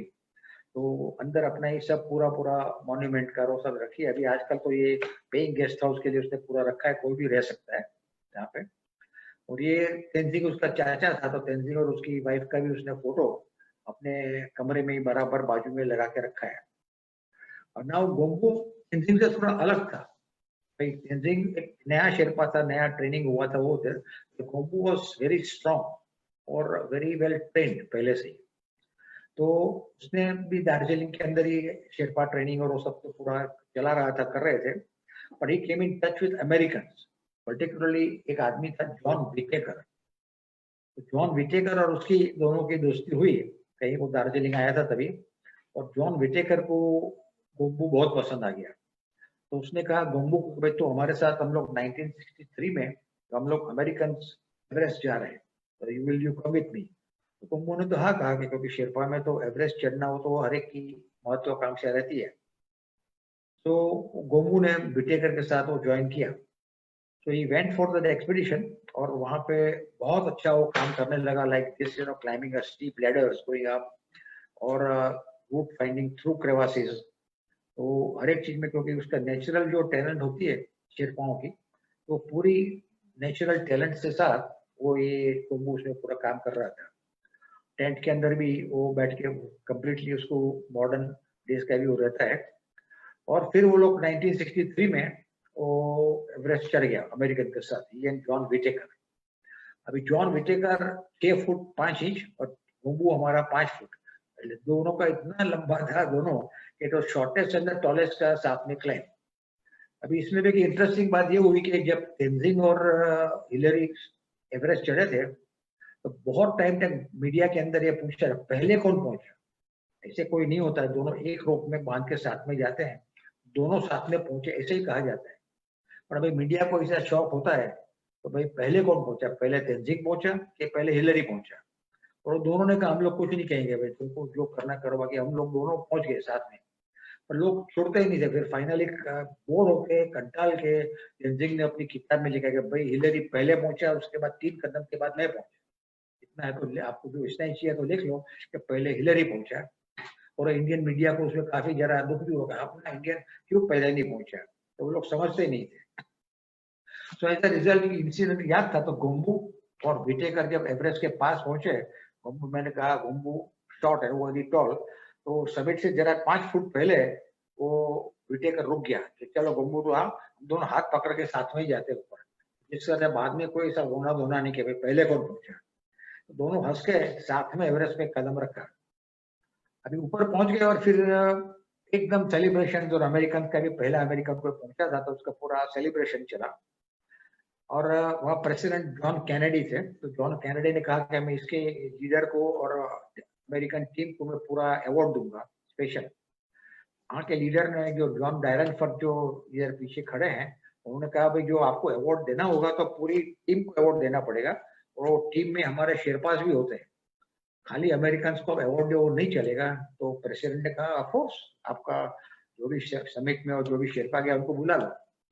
तो वो टाइम पर एकदम तुरंत ही उसका प्रोग्राम था, तो अमेरिकन प्रेसिडेंट कैनेडी ने एक स्पेशल प्लेन भेजा, प्रेसिडेंशियल प्लेन, कलकत्ता एयरपोर्ट पे, और गुम्बू को कहा कि आप ये वहाँ कलकत्ता आ जाओ, वहां से स्पेशल प्लेन आपके लिए आया है। तो गुम्बू और जो एक दो शेरपा बाकी जाने वाले थे वो पूरे वहां नीचे गए, और पूरा खाली प्लेन के अंदर 2-3 पैसेंजर को लेके वो प्रेसिडेंट कैनेडी को मिलने के लिए वॉशिंगटन पहुंचे। तो that was the great honour. और यहाँ पे भी ये लोग व्हाइट हाउस में प्रेसिडेंट को मिल रहे हैं, वो जो ट्रेडिशन है, शेरपा ट्रेडिशन, जो व्हाइट स्कार्फ है वो खाता कहते हैं, वो खाता प्रेजेंट करना होता है किसको, तो उसने प्रेसिडेंट को खाता दिया और यहाँ उससे सेकंड कर रहा है। और this was a great honour for Gombu as well as India, and उसने ये पूरा प्रेसिडेंट कैनेडी को इसका ये पूरा खातिरदारी की। फिर गोम्बू ने, वो भी धीरे धीरे स्ट्रॉन्ग थे पर वर्ल्ड फेमस हो गए, यहाँ गए वहां गए, चारों बाजू उसको मिलके तभी सब कामकाज बढ़ने लगा। पर तो एट द सेम टाइम मैंने कहा उसको, उसने भी बच्चों का एजुकेशन और स्टडी के ऊपर पूरा ध्यान दिया। एक लड़की है जिसमें एक बड़ी कंपनी की मैनेजिंग डायरेक्टर है, दूसरी लड़की है वो बिगर ट्रैकिंग एजेंसी चलाती है, लड़का है वो आज कनाडा के अंदर बहुत बड़ा प्रेस रिपोर्टर है। हर एक ने अपने अपने बच्चों को काफी बड़ा और इंस्पायर किया। और कोम्बू बहुत अलग अलग लोगों को मिला, यार देयर इज लॉर्ड हंट के साथ वो बात कर रहा है। और मैंने कहा पहले जैसे जब हमारे एक्सपीडिशन बॉम्बे के अंदर रॉक क्लाइंबिंग कोर्सेज चलते थे, उसमें भी नवांग गोम्बू बहुत टाइम आया, तो तभी हमारी बहुत दोस्ती हुई, घर पे आके रहता था और हमारी सब बातचीत और सब होती थी, और वेरी नाइस पर्सन। और हम लोग मुंबई उसको दिखाते थे और उसको बिल्कुल सिटी लाइफ में इंटरेस्ट नहीं था। जब दार्जिलिंग के अंदर भी जब शेरपाओं का गैदरिंग और कुछ हुआ था, तभी भी ये गोम्बू उनके साथ पूरे खड़े थे, और ये पूरा उसका ये था करके।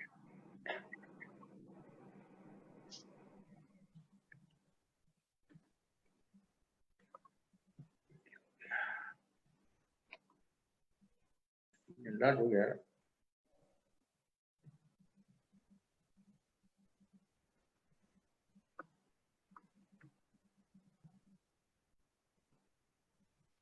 How do you make the screen not enlarge, yaar? Any idea? Okay.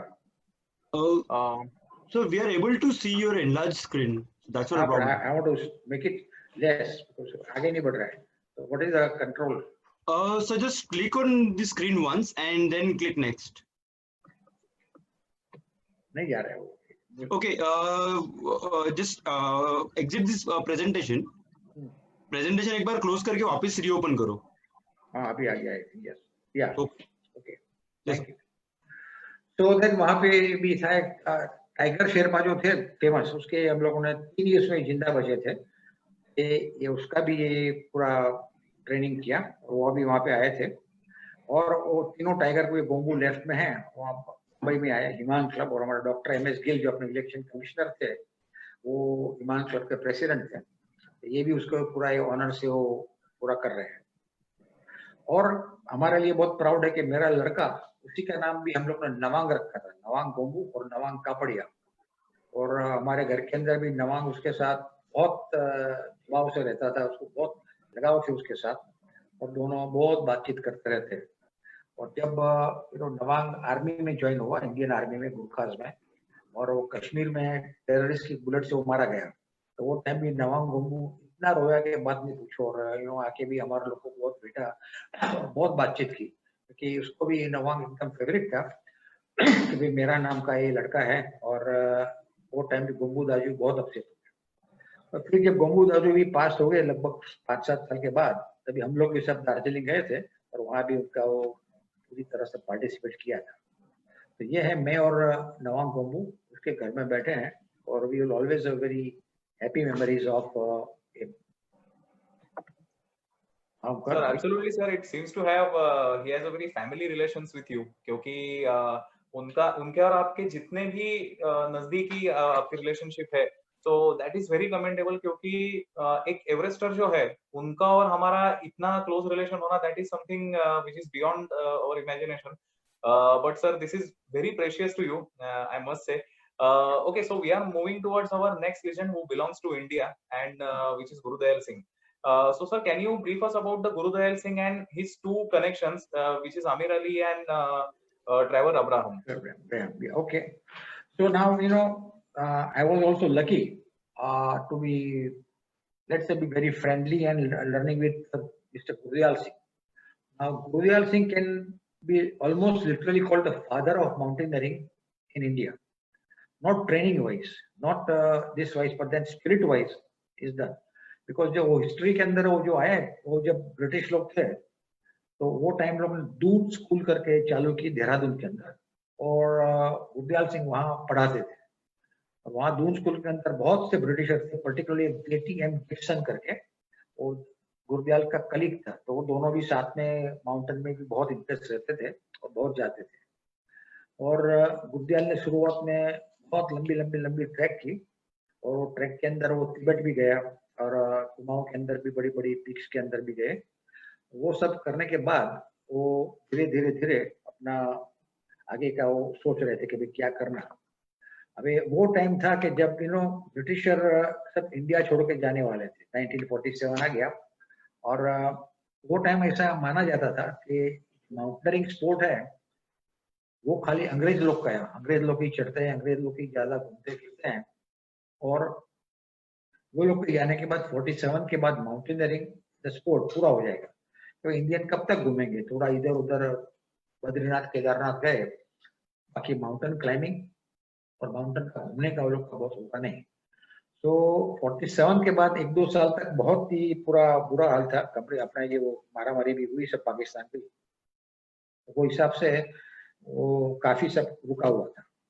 तो this is Gurdayal Singh, later on जब हमारे घर पे आए तो उसका है, and he was a very strong, let's say, that कहते हैं ना, जिसे कहते हैं very strong person and a very strong determined person and very well educated, because English का प्रोफेसर थे दून स्कूल में, अपने बड़े प्राइम मिनिस्टर और बहुत बड़ी हस्तियां सब दून स्कूल में पढ़ी है, तो हर एक का वो है।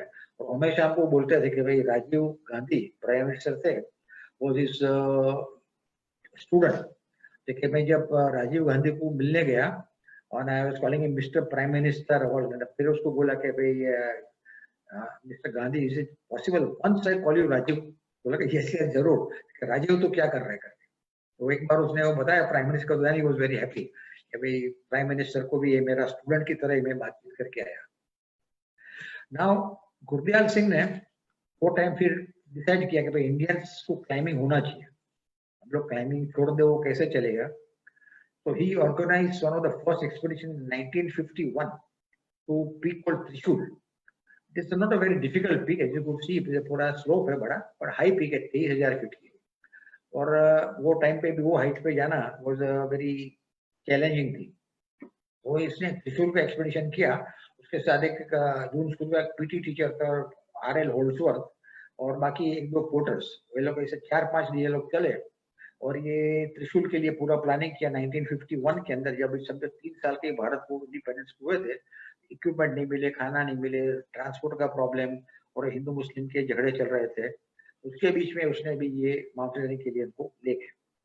तो ये उनकी टीम थी, गुरदयाल सिंह सेंटर में खड़े, होल्सवर्थ और बाकी के सभी पोर्टर्स और लोग के साथ में, और धीरे करके माउंटेनियरिंग की पूरी स्टाइल के अंदर वो लोग ने पूरा ये प्रोग्राम किया, और ये त्रिशूल के ऊपर रस्सी लगा के ये धीरे ऊपर आ रहे हैं। वो टाइम का भी इक्विपमेंट और सामान और चलने का भी सब बहुत पुराने जमाने का था, क्योंकि सेकंड वर्ल्ड वॉर का जो बचा हुआ सामान था वही यूज करना पड़ता था, और वो उसके पास सब थे। और ये करते धीरे वो लोग समिट पे पहुंचे, और इंडियन एक्सपेडिशन में इंडिया ने फ्री इंडिया में क्लाइंब की हुई है सबसे पहले ये समिट थी।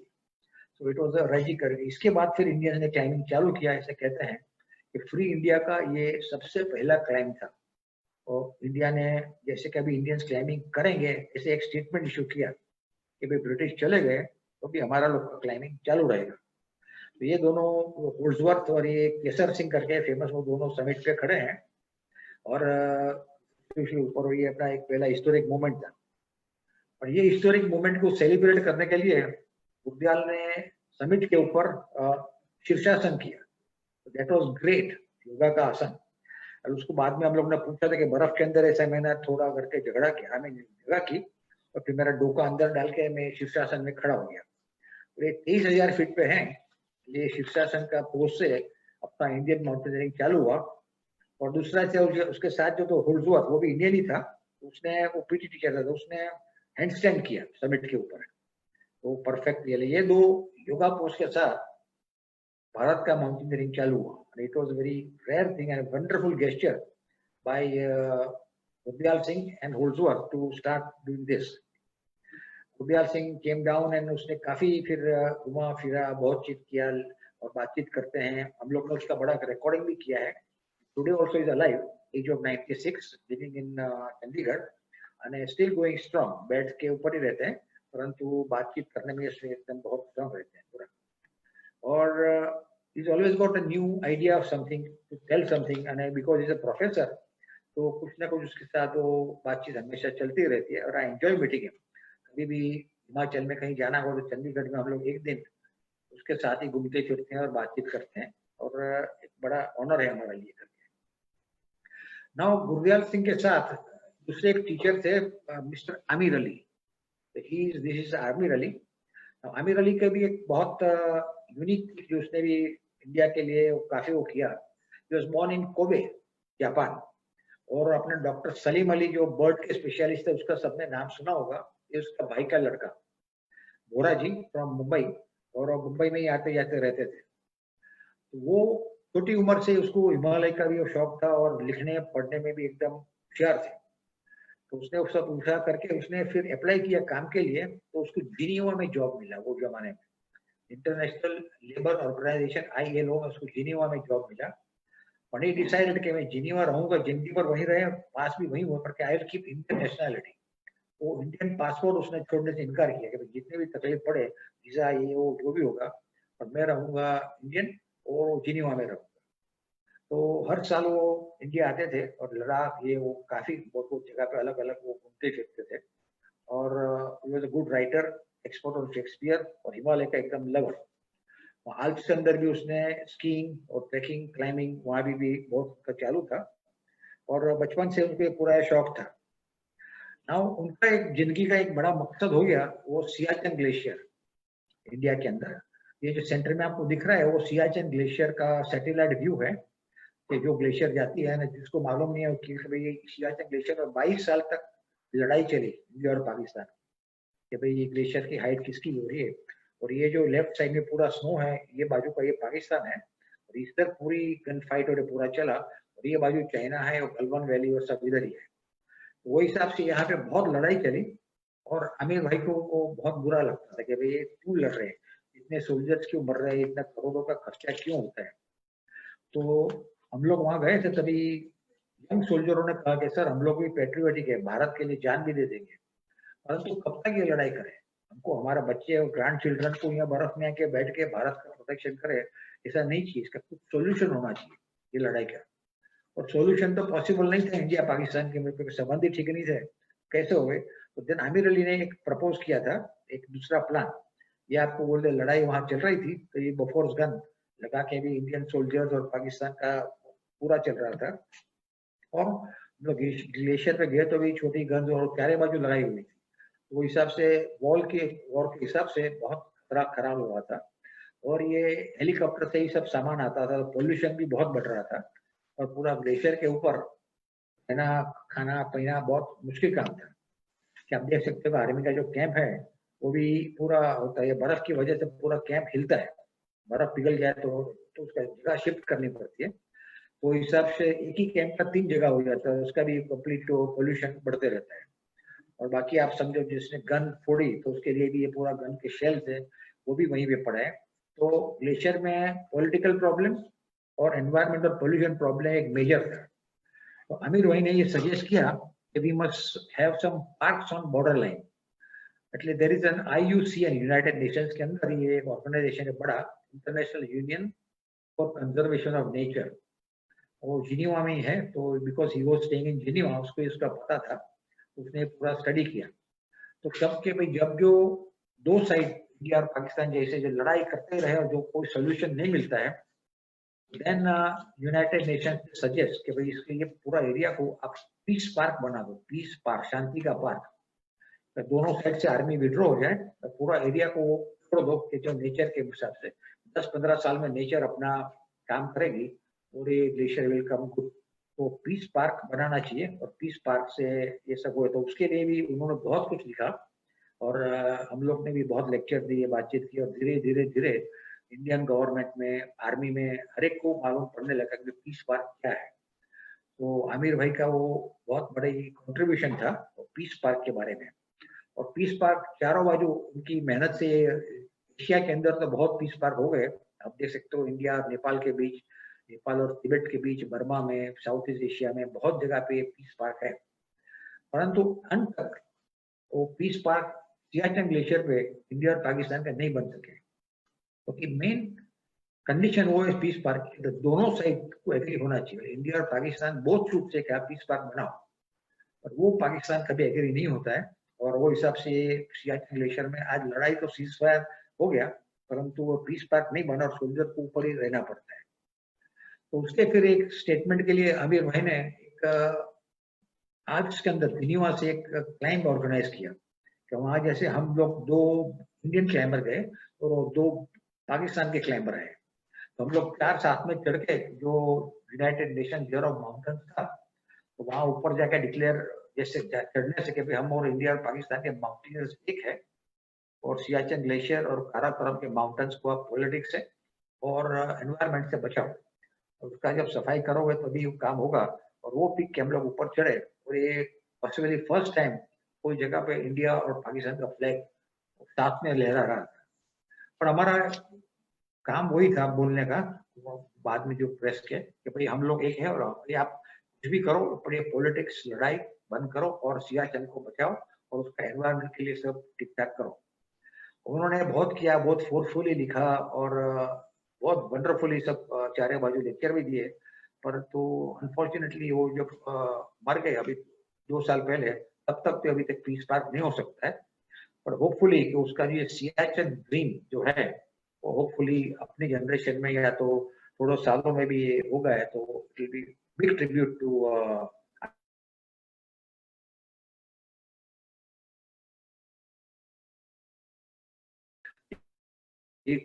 peace in Siachen, and that he was talking about Siachen Peace Park, Aamir Ali का, बिकॉज उनको भी सब आमिर अली ने भेजा था। तो ये वहाँ का वो है कि भाई सियाचिन का पीस पार्क के बारे में बोल रहे हैं। तो इसके साथ फिर मैं जिनीवा की और एक पर्सनालिटी है, उन्होंने भी ऐसा ही कुछ ग्रेट काम किया है, वो है Trevor Braham. He was a Swiss person living in Switzerland और वहीं से है, पर उसका जन्म हुआ था कलकत्ता में। वो हिसाब से उसको भी इंडिया के लिए बहुत लगाव था। फादर कलकत्ता में काम करते थे और उसके लिए पूरा वो इंडिया में आने जाना रहा था। उसका छोटा सा बचपन और एजुकेशन भी सब कलकत्ता में हुआ, तो उसको ये कलकत्ता में था और उसके साथ ये जिनीवा में भी उसका घर था, तो उस हिसाब से उसको माउंटेनियरिंग और क्लाइंबिंग का भी बहुत शौक था। तो नेचुरली फिर नेक्स्ट राउंड वाज हिमालय। तो हिमालय और वो टाइम पाकिस्तान भी एक ही था, तो काराकोरम और पाकिस्तान में पहले बहुत घूमे, कश्मीर के अंदर बहुत ट्रैकिंग किया, क्लाइंबिंग किया, और वो गुड राइटर, तो उसने बहुत अच्छी अच्छी सब किताबें लिखी, which also was a very great district India के अंदर। One of the major area he explore was Spiti. Spiti एकदम रिमोट एरिया है कि जहाँ पे वो जाना थोड़ा वो टाइम तो बहुत ही मुश्किल था। ये गॉर्ज के अंदर, पत्थरों के अंदर जाके वो पूरा वो करता था। और वहाँ पे इवेंट विद पीटर होम्स करके एक ब्रिटिश टीम थी वो दोनों, और वो लोग ने वहाँ पे कम से कम 1.5 महीना बिताया। ये रातांग टावर करके पीक है लेफ्ट में, वो लोग पहली बार वो चढ़े और पूरा एरिया के बारे में पूरा इंफॉर्मेशन प्रयोग सब किया है। और अनदर थिंग, जो सामने एक पीक थी कॉल्ड चाउ चाउ कांगनिल्ला, जरा फनी जैसा नाम है, और वो स्पीति में उसका मतलब होता है blue moon in the sky. तो ये पीक पे वो ऊपर चढ़े और स्पीति में एक ऐसे एक लोक वायका हुई थी कि भाई एक 1875 में एक सर्वे ऑफ इंडिया वाला खला से ये पीक के ऊपर जाके खड़ा रहे। पीक का नाम है शीला। वो जो स्नो दिख रहा है उसके ऊपर उन्होंने सर्वे का बाम्बू पोल लगाया और ये लोग ने नीचे से उसका सर्वे लिया, तो उसकी हाइट है 23,400 फीट। तो ये लोग भी सरप्राइज हो गए और then it became the highest peak climb. 1873 में कोई भी 7000 मीटर 30,000 फीट तक कोई चढ़े नहीं थे, तो काफी वो आगे आगे भी। खलासी जो सर्वे ऑफ इंडिया का है वो दुनिया का सबसे हाईएस्ट चढ़ने वाला है। This is become the highest climb peak in the world. पर स्टडी करने के बाद ब्रैहम को ऑलवेज लगता था कि दिस इज नॉट 23,000 फीट की हाइट पीक नहीं है, इसके अंदर कुछ भी सर्वे की गड़बड़ है, या तो क्या गड़बड़ है कुछ समझ में नहीं आता है। तो जब वो चौचौ कांगनीला पीक चढ़ा तो उसने सामने ये शिला पीक दिखी, और ये दोनों की पीक एक ही थी। चौथा कहने मतलब वही हाइट थी, ये पीक तो मेरे जितनी हाइट की है, ये 30,000 फीट नहीं हो सकती। तो उसने फिर बाकी का जो सर्वे किया, तो सर्वे ऑफ इंडिया ने वो इसमें दिखाना मुश्किल होता है, पर उसके बैरिंग में ये पीछे की पीक है 6,800 मीटर की, नियरिंग 27 फीट क्या करके पीक, उसका उन लोगों ने बैरिंग दिया था। देयर वाज अ मिस्टेक, तो उसने वो मिस्टेक करेक्ट की, और उसने कि भाई ये पीक का वो नीचे लाना चाहिए। वो अल्टीमेटली सब करेक्शन हुआ। उसकी बुक है Himalayan odyssey, which has become very famous. Now, as I said, he was living in India. तो 1947 में एक जर्मन एक्सपीडिशन के साथ he went Gangotri glacier for climbing, और वो क्लाइंबिंग के बाद वो अकेला गंगोत्री से गाइड लेके कालिंदी खाल, जो आजकल बहुत लोग जाते हैं, क्रॉस करके बद्रीनाथ जाने का उसने स्टार्ट किया। और वो कालिंदी खाल के टॉप में 15 अगस्त 6 बजे पहुंचा, एग्जैक्ट टाइम इंडिया का इंडिपेंडेंस हुआ। सो it was a very historic thing कि भाई वो ऊपर समिट पे वो पास के ऊपर खड़ा, तो इंडिया का वो सबसे पहला ट्रैक और सबसे पहला माउंटेनिंग जो भी कहो वो ब्रह्म का था, कि भाई वहाँ बराबर सुबह 6 बजे 1947 15 अगस्त को ऊपर खड़ा था। और वहां से वो नीचे गया, तो हर एक गांव के अंदर वो जो सेलिब्रेशन तक हो रहे थे उसने बहुत अच्छी तरह से लिखा है। वो टाइम इतने फोटोग्राफी का नहीं था, और वो टाइम इवन गाँव वालों के पास रेडियो भी नहीं था, तो उनको कुछ इतना ज्यादा मालूम भी नहीं था। पर इसने धीरे धीरे धीरे जो बद्रीनाथ से जो नीचे आए तो ये सब नोट करके आए, और freedom of India in Himalaya उसके बारे में उसका पूरा जो लिखान है वो बहुत महत्व का इधर हो चुका है। और इसकी तरह उसने अनदर बुक लिखी, when Alps cast their spell about climbing in the Alps, तो उसके बारे में उसने पूरी डिटेल का वो किया है। तो वो भी एकदम पूरा रहा, और उसकी ब्रह्म ऑनरी मेंबर थे IMF की, और बाकी अच्छी अच्छी जगह हिमान क्लब के।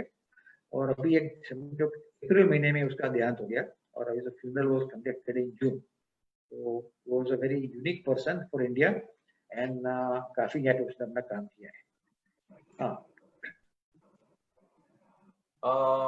मित्रांनो, मला सगळ्यांना एक सांगायचंय की हे आपण गेल्या जवळपास 2 दिवसापासून आपण नोट करतोय की हरीश सरांच्या प्रत्येक वाक्याला एक सपोर्टिंग फोटो आहे.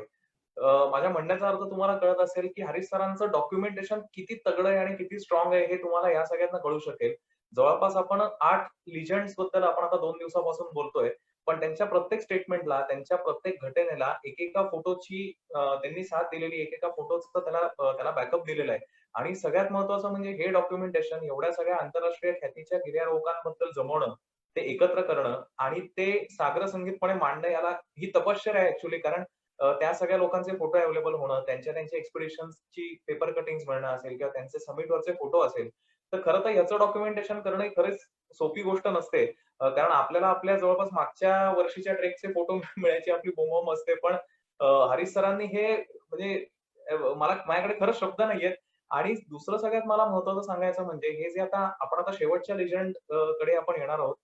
ते कोण मी तुम्हाला सांगतो, पण त्याच्या आधी सगळ्यांना मला असं सांगायचंय की इतकं ह्या सगळ्या लिजंड बद्दल त्यांची पर्सनल लाईफ असेल किंवा त्यांच्या अचिव्हमेंट असतील, यांच्याबद्दलची एवढी माहिती लक्षात ठेवणं ही खरंच इम्पॉसिबल गोष्ट आहे. आणि Harish sir, hats off to you for storing this information. कारण हे खरंच अवघड आहे एवढी सगळी इन्फॉर्मेशन लक्षात ठेवणं आणि ती साध्यंत प्रेझेंट करणं फोटोंचं त्याला सपोर्ट देऊन. तर त्याच्यामुळे खरंच, आणि मी जसं सुरुवातीला सांगितलं की हे जे 2 दिवसाचं सेशन आहे हे आपल्यासाठी परमनंट डॉक्युमेंटेशन होणार आहे. कारण ही जे सगळे आपले माउंटेनिअरिंग फील्ड मधले जे लिजंड आहेत, इंडियन असू दे किंवा बाहेरचे असू दे, या सगळ्या लोकांबद्दलची इतकी टू द पॉइंट इन्फॉर्मेशन खरं तर बाकी आपण जनरली कुठे वाचायला जात नाही. आणि म्हणूनच आम्ही ही सेशन तुमच्यासाठी ऑर्गनाइज केलेली होती. आता एखाद्या मैफिलीची सांगता जशी आपण एखाद्या खूप छान रागाने करतो, तशीच आजच्या आपल्या 2 दिवसाच्या मैफिलीची सांगता आपण करतोय अशा एका नावाने, की जे सह्याद्रीतल्या प्रत्येक ट्रेकरला माहितीच आहे. आणि ते नाव म्हणजे डग स्कॉट.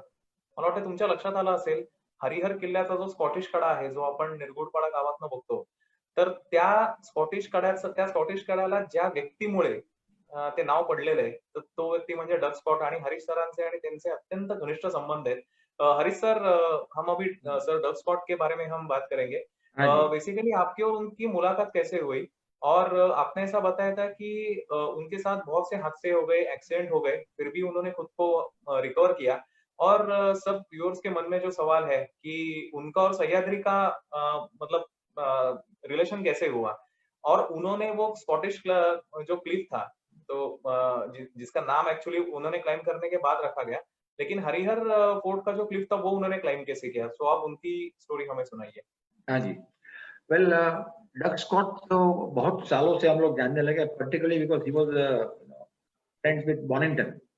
और बॉनिंगटन 1980s में भी जो हमारे यहाँ रहा, तभी डग स्कॉट भी यहाँ उसके बाद भी आया। और वो सीधा उसकी एकदम फ्री नेचर है तो सीधा घर में आ गया और हमारे घर में आके बाहर गैलरी में ढूंढ रहा है। तो क्या, तो मैं सोऊंगा कहाँ? हम लोग आपको कमरा दे देंगे? नहीं नहीं नहीं, मुझे बहुत गर्म है, मैं गैलरी में ही रहूंगा। तो फिर गैलरी में वो सो गया। और उसके बाद फिर ऐसा रिकॉर्ड हुआ कि हमारी गैलरी में अभी तक 7 एवरेस्ट चढ़नारे सोए हैं फॉरेन के। तो डग स्कॉट ने सबको बात करते कहा कि उसकी गैलरी में बहुत अच्छी नींद आती है, तो जो भी फॉरेन से आएगा वो हमारी गैलरी ढूंढेगा। डग स्कॉट कहाँ सोया था, वो वहीं सो जाएगा। तो इस तरह से एकदम आनंद की वजह से ये पूरा हुआ। But Doug Scott is a very unique person, very different and solid. उसको हम इतना, बाकी का सब माउंटेनियर भी आप देखो तगड़े हैं, डग स्कॉट इज सबसे ज्यादा तगड़ा आदमी आप देखो माउंटेनियरिंग में, तो एकदम सॉलिड है। और उसके लिए मस्करी में सब लोग उसको कहते हैं वो आयरन मैन है, आयरन मैन, लोखंडी, क्योंकि उसके इतने ऑपरेशन हुए कि बॉडी में इतना आयरन डाला गया है, ये प्लेट इधर, ये प्लेट उधर, तो मस्करी में उसको सब आयरन मैन भी कहते हैं। तो ये उसकी सब एक कहानी है पूरा। तो डग स्कॉट तो इंग्लिश के अंदर जन्म हुआ उसका, और वो यहाँ पे बम्बई पहली बार आया 80s में, 90s में, फिर उसके बाद आता ही रहा कि उसका नेपाल के साथ बहुत संबंध है और नेपाल में वो शेरपाओं के लिए बहुत कुछ काम करता है।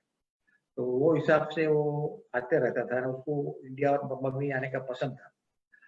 तो एक बार हम लोग को जब आया तो 2-4 दिन के लिए उसका हॉल्ट था, तो हमने कहा कि भाई कुछ सह्याद्री में घूमने जाए, तो यस लेट्स गो, बट खाली ट्रैकिंग ने हमको कुछ क्लाइंबिंग भी करना है। तो यस, तो फिर थोड़े मैंने फोटो दिखाए और फोटो के अंदर उसको हरिहर का भी फोटो दिखाया था। This is Doug Scott practising near his home. वैसा ही पागलपन के लिए बहुत प्रख्यात है, कहीं भी कुछ चढ़ जाएगा, कोई बिल्डिंग में चढ़ जाएगा, या ट्रेन के आने के पहले ऐसा ऊपर चढ़ के ब्रिज के अंदर से वो पूरा रॉक क्लाइंबिंग कर रहा है, और इसमें खिला बिला डाल के भी वो पूरा ट्रैवर्स करेगा। So he is known for such brilliant innovative ideas. जो लीगल है कि नहीं है उसको बहुत फर्क नहीं पड़ता है।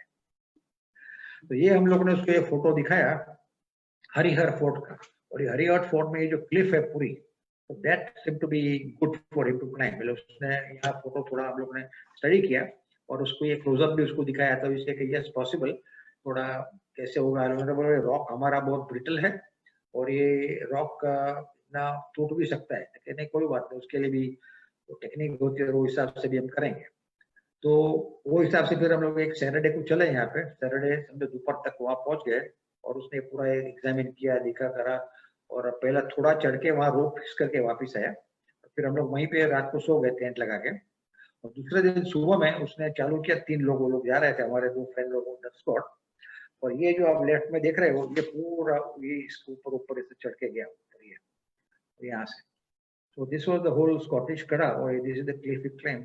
About 3-4 घंटे लगे उसको, but then fully safety and पूरा complete वो रोप और सेफ्टी और सब लगा के देने के बाद, तो ये जब ऊपर पहुंचा तो एकदम थक गया था, तो वो लोग गर्मी सहन नहीं होती है, तो हरिहर फोर्ट के टॉप में वो पूरा पानी पी रहा है।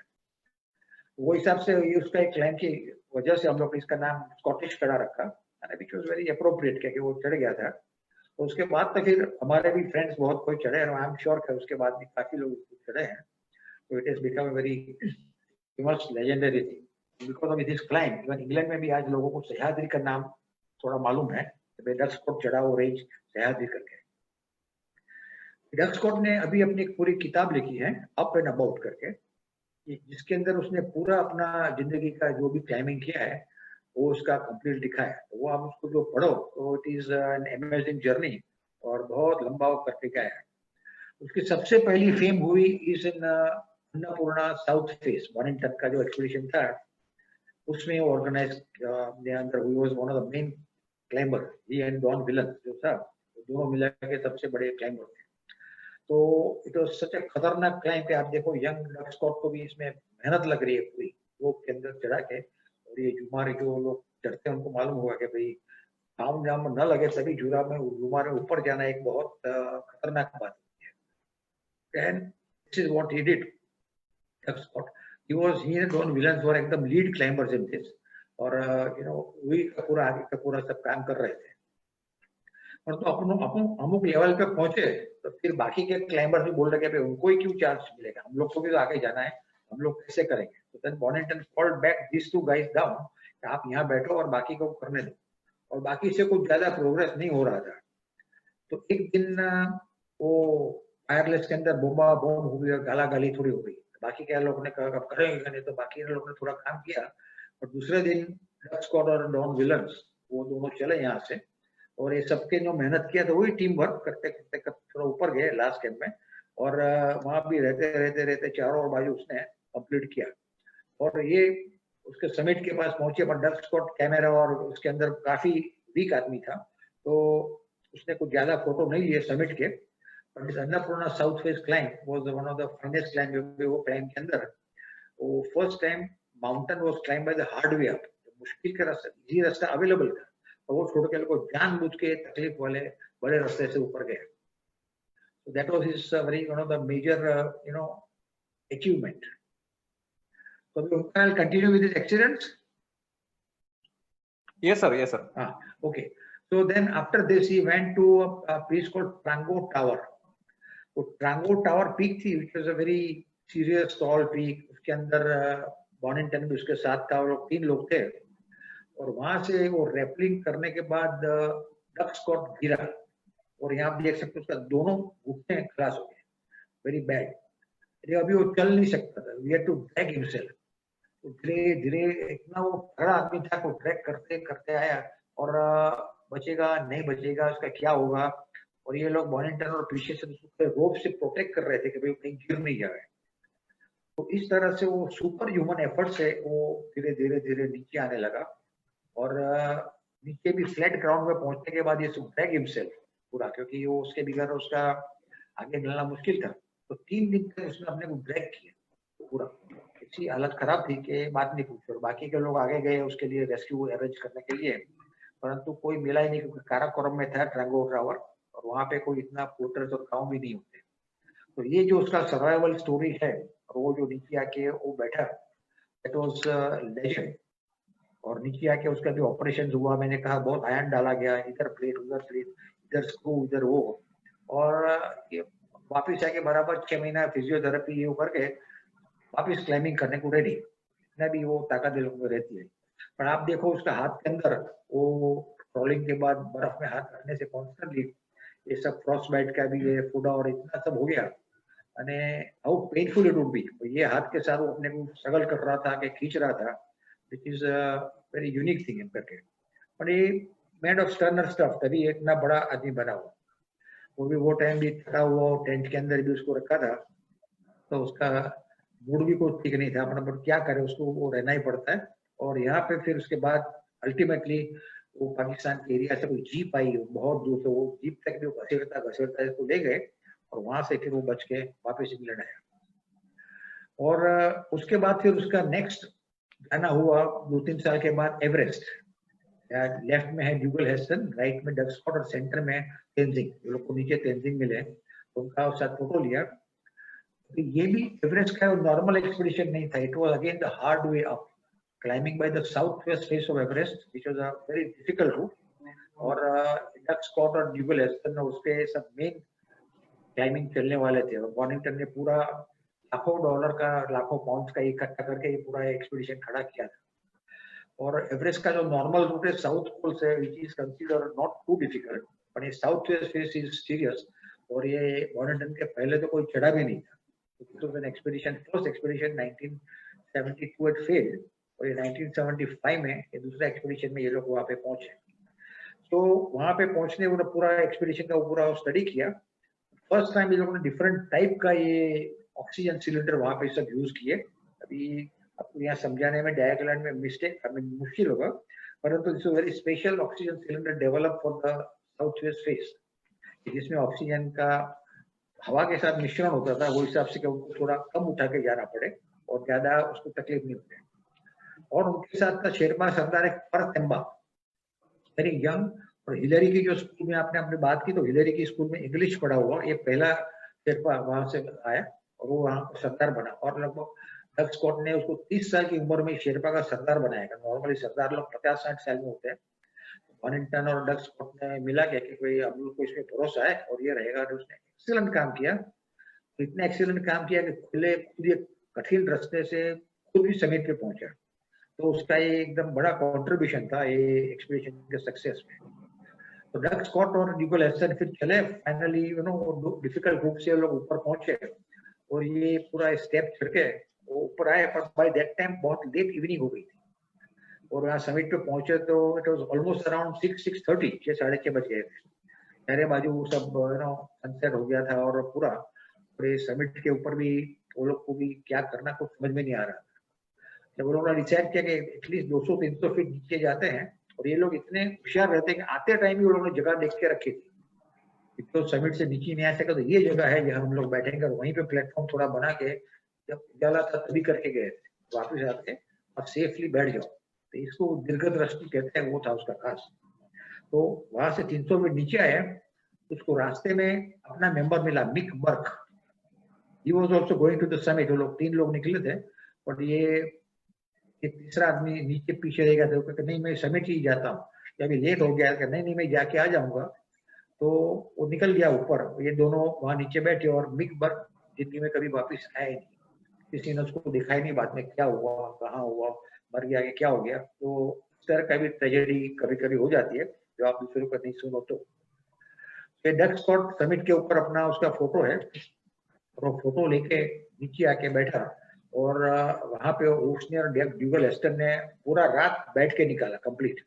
और उसके बाद फिर लोग सब मुश्किल रास्ते से सब नीचे आए, और यहाँ पे मिक बर्क और उसके सबकी मेमोरी में एक बहुत नीचे पड़ा था, उसके अंदर एक और प्लेट जुड़ गई कि मिक बर्क यहाँ पे पूरा मर गया करके। एवरेस्ट के अंदर और हर जगह पे इस तरह से भी काफी सब डैमेज हुआ है, और वो हिसाब से कंप्लीट। अब डग स्कॉट ये हमारे घर में है, बैठा है। और तो फिर धीरे धीरे सब प्लेट और आयन की वजह से उसको चलने का भी थोड़ा मुश्किल हो गया, पर तो भी रॉक क्लाइंबिंग और बहुत करता था। और उसने एक लाइफ का एक अनदर मेजर मिशन बनाया, like Hillary, to have cooperative movement in Nepal, not only Sherpas पर पूरा नेपाल में, कि उन लोगों को ट्रेनिंग करना है कि भाई स्वेटर कैसे बनाना, ये कैसे करना। उसके लिए मशीन ले गया, उसके लिए वो कुछ भी नया खड़ा किया, और उसका मार्केटिंग के लिए भी उसको मदद की। तो उसका वो उसकी अभी वाइफ है फ्रिश करके, तो दोनों ने मिला के नेपाल के अंदर खूब काम किया। नेपाल में ऑलमोस्ट उसको आजकल लोग भगवान की तरह मानते हैं, जहाँ जाए तो नेपाली लोग, क्योंकि उसने इतना सारा कि मैंने एवरेस्ट से इतना मिला, अन्नपूर्णा से मुझे इतना मिला, तो this time I must give back to Nepal. तो इस हिसाब से वो नेपाल के अंदर वो खूब काम करता है, और उसके लिए पूरा बिजी रहता है। जब उसके घर पे जाओ तो तुरंत आपको ले जाएगा, एक टोपी खरीद, ये टोपी मेरे नेपाल की लड़की की है करके। वो हिसाब से डूइंग अ ग्रेट जॉब, और अभी भी आराम से अपने घर में रहता है, और बहुत ठंडी जगह पे रहता है। तो आप उसके घर पे भी जाओ तो पता चलेगा भाई क्यों ये सब इतने लोग टफ रहते हैं। आई होप डग स्कॉट लंबा टाइम तक इधर ही ऐसा जीता है और अपने साथ काम करे। हम उनका तो अभी यस सर, मेरा प्रेझेंटेशन हो गया अभी। मित्रांनो, मी तुम्हाला मगाशी म्हटलं तसं की एखाद्या मैफिलीची सांगता ही आपण एखाद्या खूप सुंदर रागाने करत असतो, आणि मी तुम्हाला जसं म्हणलं की हरिहर किल्ल्याचा जो स्कॉटिश कडा जो आपल्या सगळ्यांच्याच परिचयाचा आहे, बऱ्याच जणांना त्याची हिस्ट्री माहिती नसेल की याचं नाव स्कॉटिश कडा कसं पडलं, आणि म्हणूनच आम्ही last but not the list म्हणून आम्ही डग स्कॉट यांचं आम्ही प्रेझेंटेशन आम्ही सगळ्यात शेवटी ठेवलेलं होतं. पण मला माहिती आहे आता तुमच्या मनात विचार काय चालू आहेत आणि इनफॅक्ट आता मला 2-3 प्रश्न पण असे आलेले आहेत, की आपण भारतातले किंवा भारताच्या बाहेरच्या लिजंड्स बद्दल, त्यांच्या एक्सपिडिशन्स बद्दल आपण बोलतोय. पण आम्हाला त्यांच्याबद्दल ऐकायची इच्छा आहे. त्यांच्याबद्दल येऊ दे. Harish sir, people want to know your expeditions, your most favourite expedition, your most memorable expeditions आणि मला माहिती आहे मित्रांनो, की कालपासून तुम्ही या क्षणाची आतुरतेने वाट बघत असाल, की हरीश सरांची एखादी एक्सपिडिशन जर आम्हाला ऐकायला मिळाली, तर खूप मजा येईल. तर त्याच्यामुळे आपल्या 2 दिवसाच्या अत्यंत सुंदर पद्धतीने रंगलेल्या मैफिलीची सांगता आपण हरीश सरांच्या एक्सपिडिशनच्या अनुभवांनी करणार आहोत. Harish sir, can you brief us about some memories from your most memorable expedition? जो भी आपको पसंद है, जो भी आपकी सबसे मेमोरेबल एक्सपिडिशन है, क्या आप हमें उसके बारे में बता सकते हैं? ये तो इसका जैसा हुआ कि माँ को कौन सा बच्चा पसंद है, ऐसा हो गया। इतने एक्सपीडिशन में गए हैं कि सब टोटल किया तो आपको मेरा फिर से 2 बार अरेंज करना पड़ेगा। But basically I can talk of one expedition which was very very memorable, painful and सब तरह से इट वाज ग्रेट। तो वो पूरी एकदम मेरे लिए भी वो लेजेंड की जैसे स्टोरी हो गई।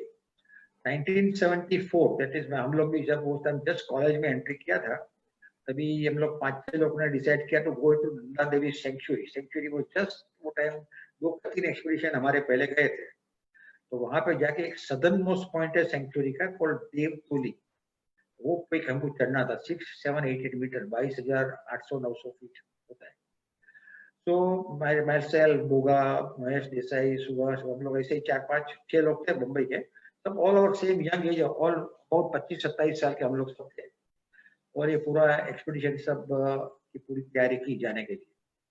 और यूजुअली सब वो प्रॉब्लम सॉल्व करते करते रेलवे की स्ट्राइक हो गई, तो रेलवे के फिर एक डब्बे में सब घुस के पूरा रात भर बैठ के पहुंच गए। वहाँ बस बिगड़ गई, तो वो सब नॉर्मल झमेला तो जब हो ही गया। और फिर ऐसे करके बेस कैंप पे हम लोग पहुंचे। अभी बेस कैंप से धीरे धीरे 2 कैंप बिल्ड किए, तो वो टाइम तक हम लोग ये नोटिस कर रहे थे कि भाई एक चीज होता था कि रोज सेंचुरी में दोपहर को 1 बजे मौसम खराब हो जाता था। जो तिब्बत से जब विंड आते हैं, वो सब सेंचुरी में ठंडा विंड आके यहाँ अंदर आता है। सेंचुरी की चारे बाजू 20-21 हजार फीट की वॉल है, तो ये सब विंड अंदर ट्रैप हो जाते थे, उसको बाहर जाने का रास्ता नहीं है।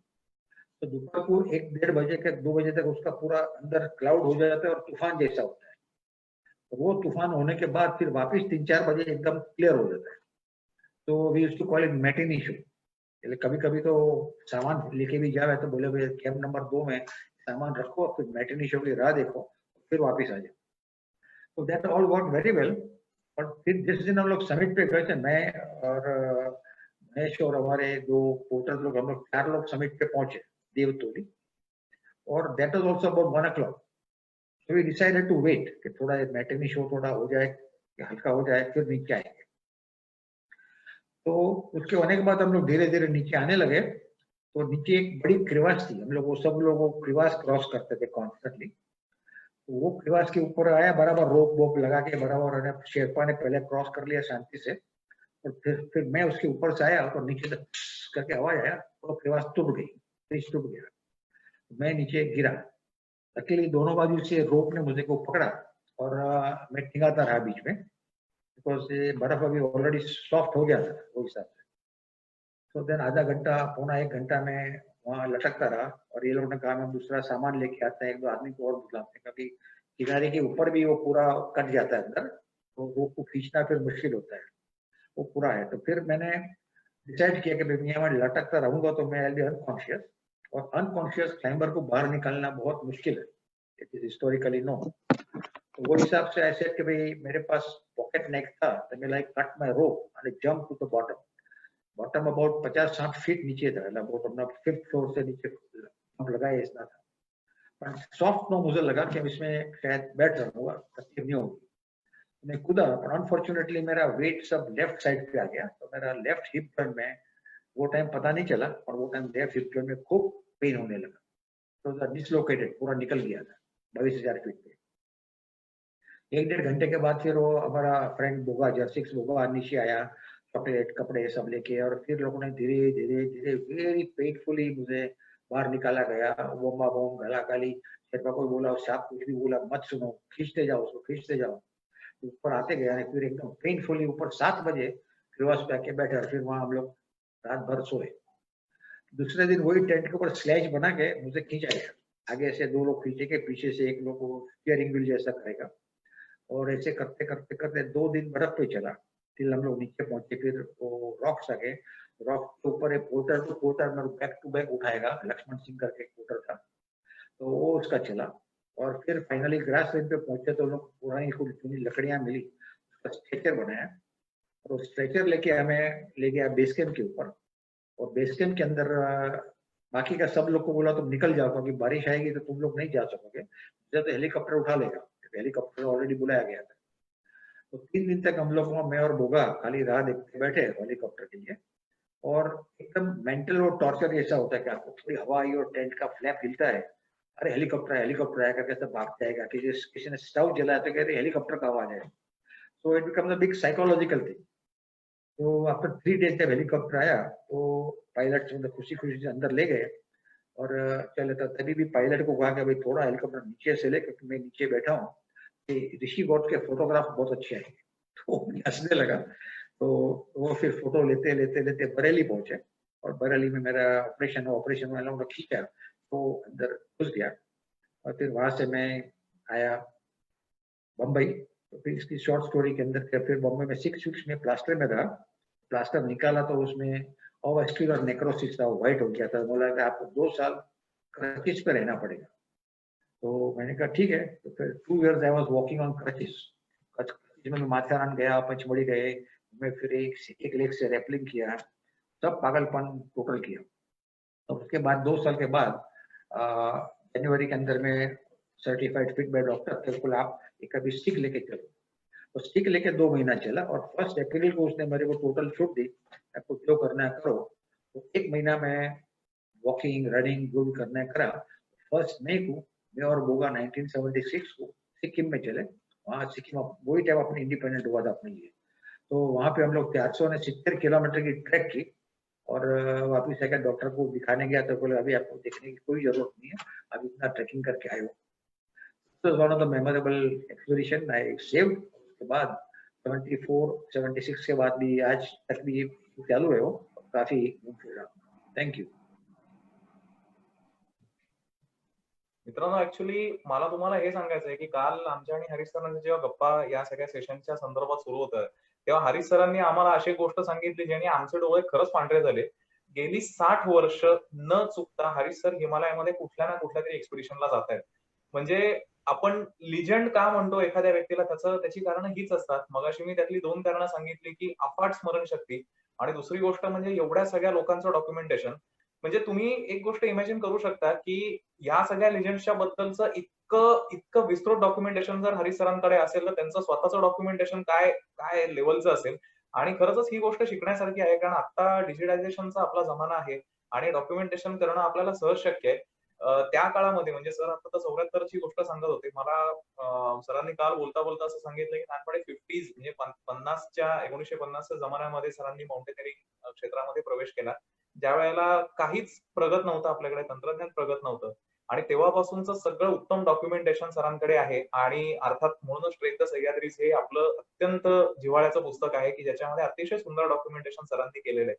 सर, अगेन तुमचे मी आभार कसे मानू मला कळत नाहीये. आणि we thank you from the bottom of our hearts for joining us and making this session very very beautiful and wonderful for the 2 days. सगळ्या मित्रांना मला असं सांगायचंय की तुमचा रिस्पॉन्स खूप छान होता 2 दिवस. मला खरंच खूप मला आणि स्वप्नीला आनंद झाला हा सगळा रिस्पॉन्स बघून. कारण मी मगाशी म्हटलं तसं की या सगळ्या लिजंड्सच्या बाबतीमध्ये आपण कधी कधी वाचायचा कंटाळा करतो, पण आज हरीश सरांसारख्या व्यक्तीकडून या सगळ्यांचा चरित्र प्रवास जो आहे तो उलगडण्याची संधी आज आपल्या सगळ्यांना मिळाली. आणि आम्ही खरंच खूप भाग्यवान आहोत. डिनर टाइम भटकंती किंवा पूर्वाश्रमीची टी टाइम भटकंती, तर हा जो आम्ही जवळपास 3-4 महिन्याचा जो आम्ही उपक्रम करतोय त्याचा कळस म्हणावा लागेल असं हे 2 दिवसाचं आपलं सेशन झालेलं होतं. या सेशनसाठी सिंहाचा वाटा जो उचललेला आहे तो आमचा मित्र राजेश गाडगीळ.